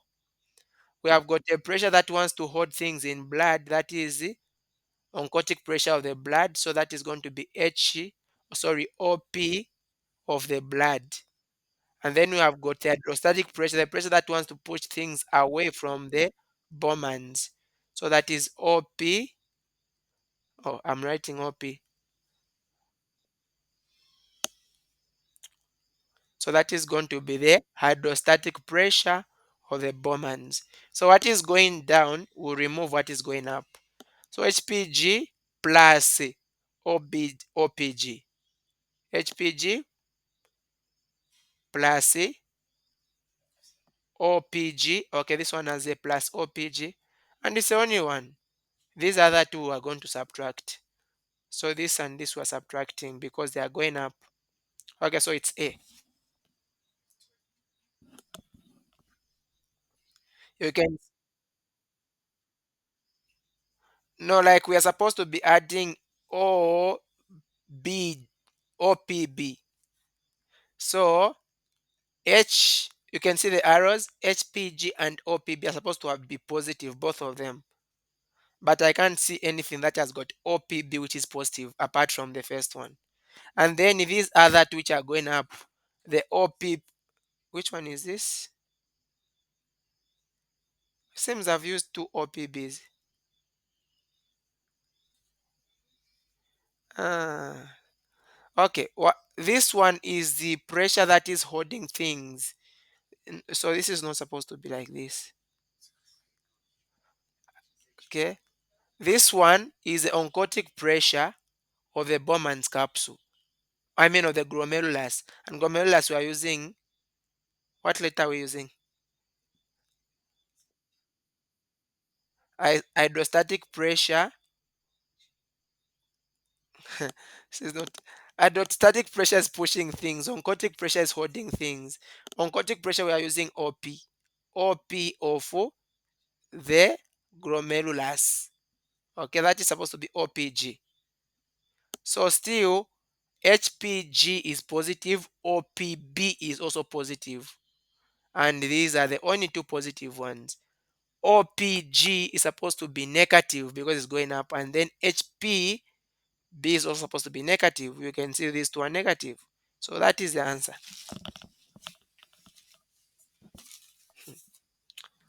The rate of water resorption from the proximal tubule is determined primarily by the water resorption, osmotic pressure developed by the plasma proteins in the proximal tubule, active transport of water molecules by the proximal tubule, rate of dissolved particle resorption from the proximal tubule, passive filtration due to the high hydrostatic pressure in the proximal tubule. Which one do we choose?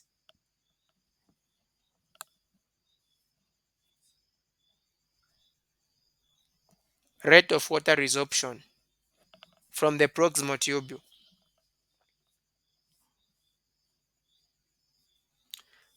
In case we are wondering what the question is saying, you have got the proximal tubules. These are the proximal convoluted tubules. We are moving water out into the blood. How does that happen?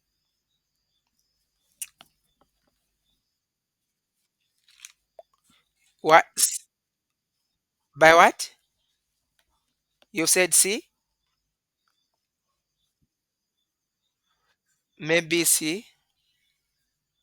Okay, anyone else? A? Okay, let's not waste time. We said that sodium is moving out.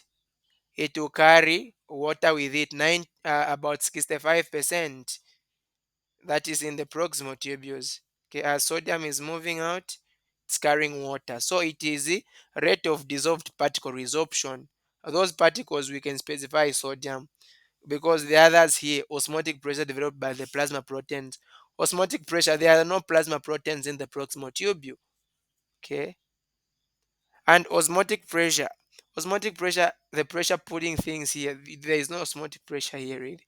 Osmotic pressure was on the Bowman's capsule. Active transport of water molecules by the proximal tubule cells. So the water molecules here, are we even transporting them by active transport? So what we are using is we are using, so anyway, this one can even qualify also. So which one are we qualifying? Osmotic pressure developed by this one, no. Let me just look at deep passive filtration due to the high hydrostatic pressure in the proximal tubule. This one is saying passive filtration without energy due to the high hydrostatic pressure. Or cross that one out, because again hydrostatic pressure here is not the main contributor for the absorption that happens in this region, are actually channels instead of that pressure that has been created. The pressure mostly works on the Bowman's capsule itself. Now between B and C, for water to move, it is following sodium. It's actually the movement of sodium that is pulling water. So there's no active it's not about water being transported actively itself. It just follows where sodium is moving. So my analysis picks this. If your analysis picks another one, please you can we can have an open debate here.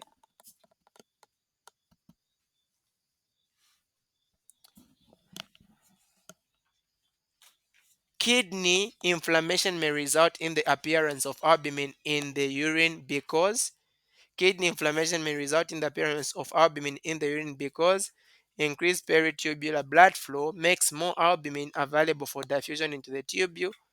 Resorption of albumin from the proximal tubule inhibited. More albumin enters the proximal tubule in the glomerular filtrate. Reduced active transport of sodium ion reduces co-transport of other substances, including albumin. Which one would we pick? What would lead to the appearance of albumin in the urine?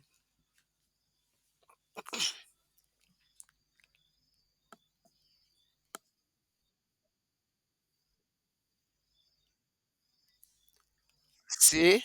More albumin enters the proximal tubule in the glomerular filtrate.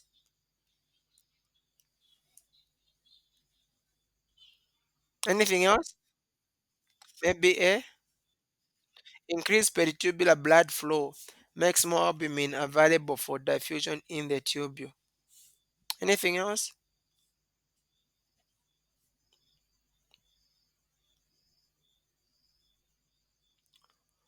Okay. So excuse me. Can we try to support the answers that you've picked? Even if it's wrong, just try to support. I just hear the analysis.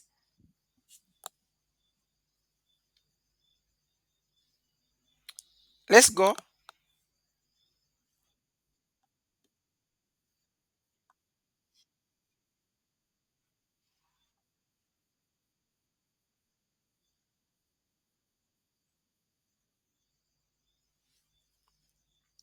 Okay.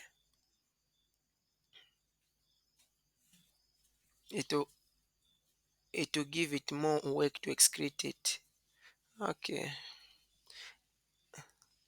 Is there any other?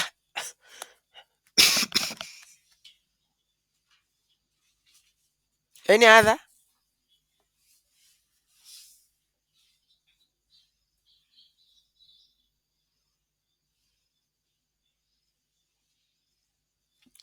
Okay. Let me even not comment about it. Let's read a bit on the inflammation of the kidney, because I'm suspecting there should be a problem on the filtration on the glomerulus such that it has been affected. Like this is when albumins are moving, like that's nephrotic syndrome. Let's look a bit what will happen on the when inflammation of the kidney, which specific region is affected for proteins to move. Say the Bowman's capsule, the capillaries, or it's a problem with the proximal tubules. I haven't read that. The Bo- yeah, it was supposed to be Bowman's capsule, but I'm looking at the options that are here. I've not seen I've not seen Bowman's capsule here. Okay, let's look at this. In the proximal tubule, penicillin is. Let's comment penicillin is. Which one do we go for?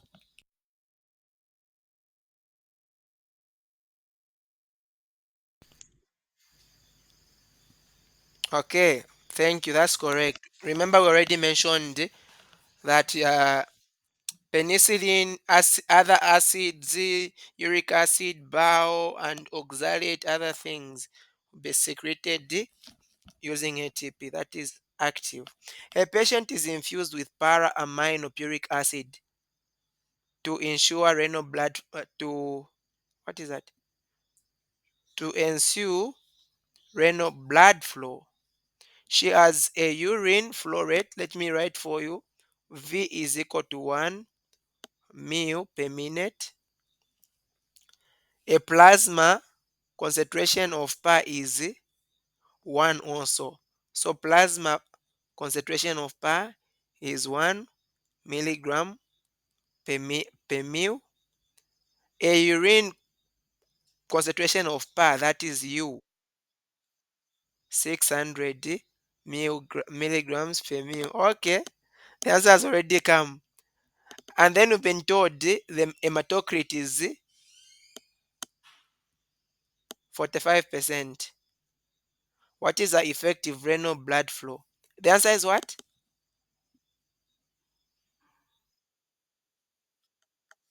Okay, please, you can explain for me what you did.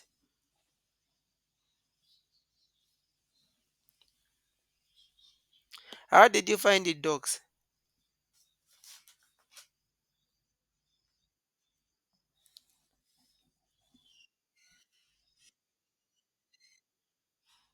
Uh-huh.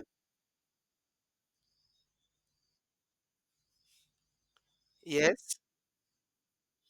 Mm-hmm.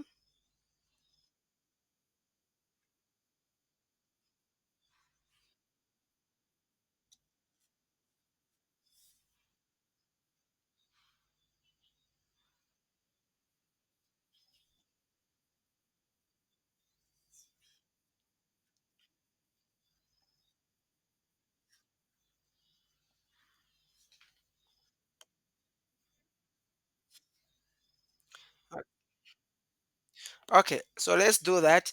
And please, we need to be very careful. We need to look at the units. Sometimes they can do it intentionally, they change units. So that is 1 mil, that is 1 mil per minute. We are multiplying with 600 milligrams per mil divided by P is 1 milligram per mil. So this unit will cancel with this one. So the answer is going to remain in mils per minute. Do we have any doc with a calculator? One, this is going to be what? 600. So this is 600 mils per minute. And then we'll get this value, which is the renal plasma flow. Substitute here, it's 600 mils per minute divided by 1 minus 0.45. So the hematocrit, you convert it from percentage divided by 100. So this is going to be 600 over 0.55. What's the answer?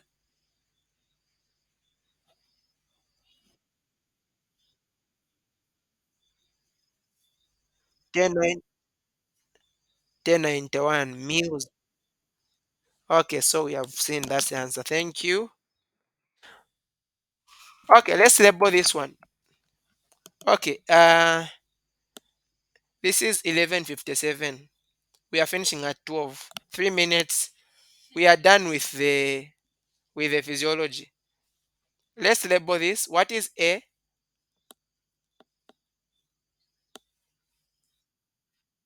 What is I?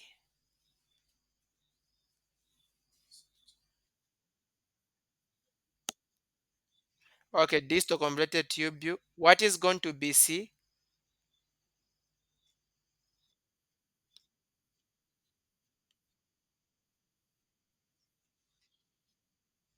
Let's be specific. Which one?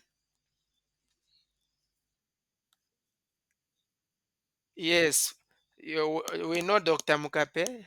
Be specific. And then B.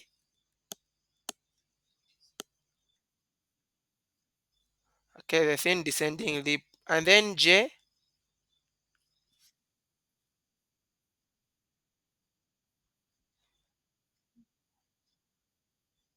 Is this vasorector or peritubular? Okay, peritubular. So the vasorector, these are the ones which are like moving like this on they are more going to be on the distal converted tubule and the proximal converted tubule. But the ones which run straight following the loops, those are the peritubular, peri like parallel. So what is going to be G?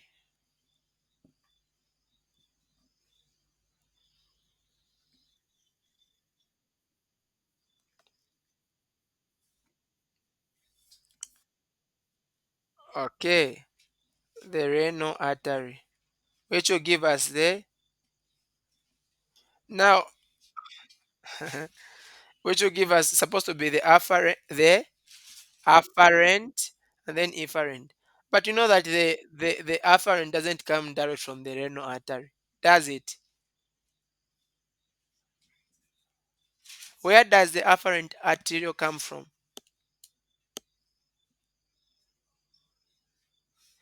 Adoxy. Let's review this one. Where does the afferent arteriole come from?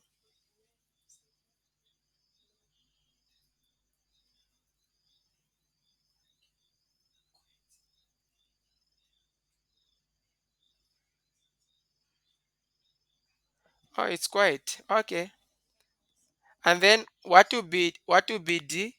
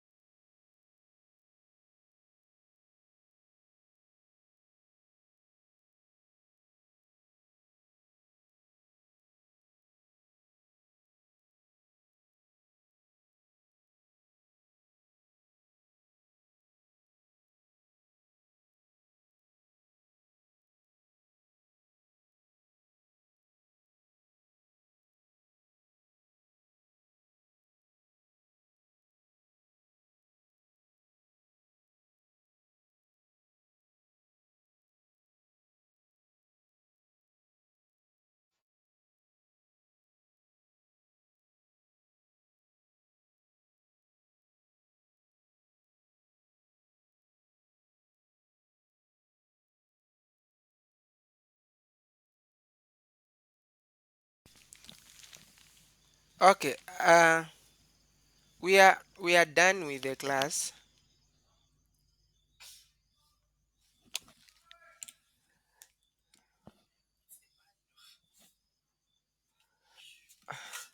All right, docs. So we are done. Hope you can see my screen. We are done. But there are other questions here.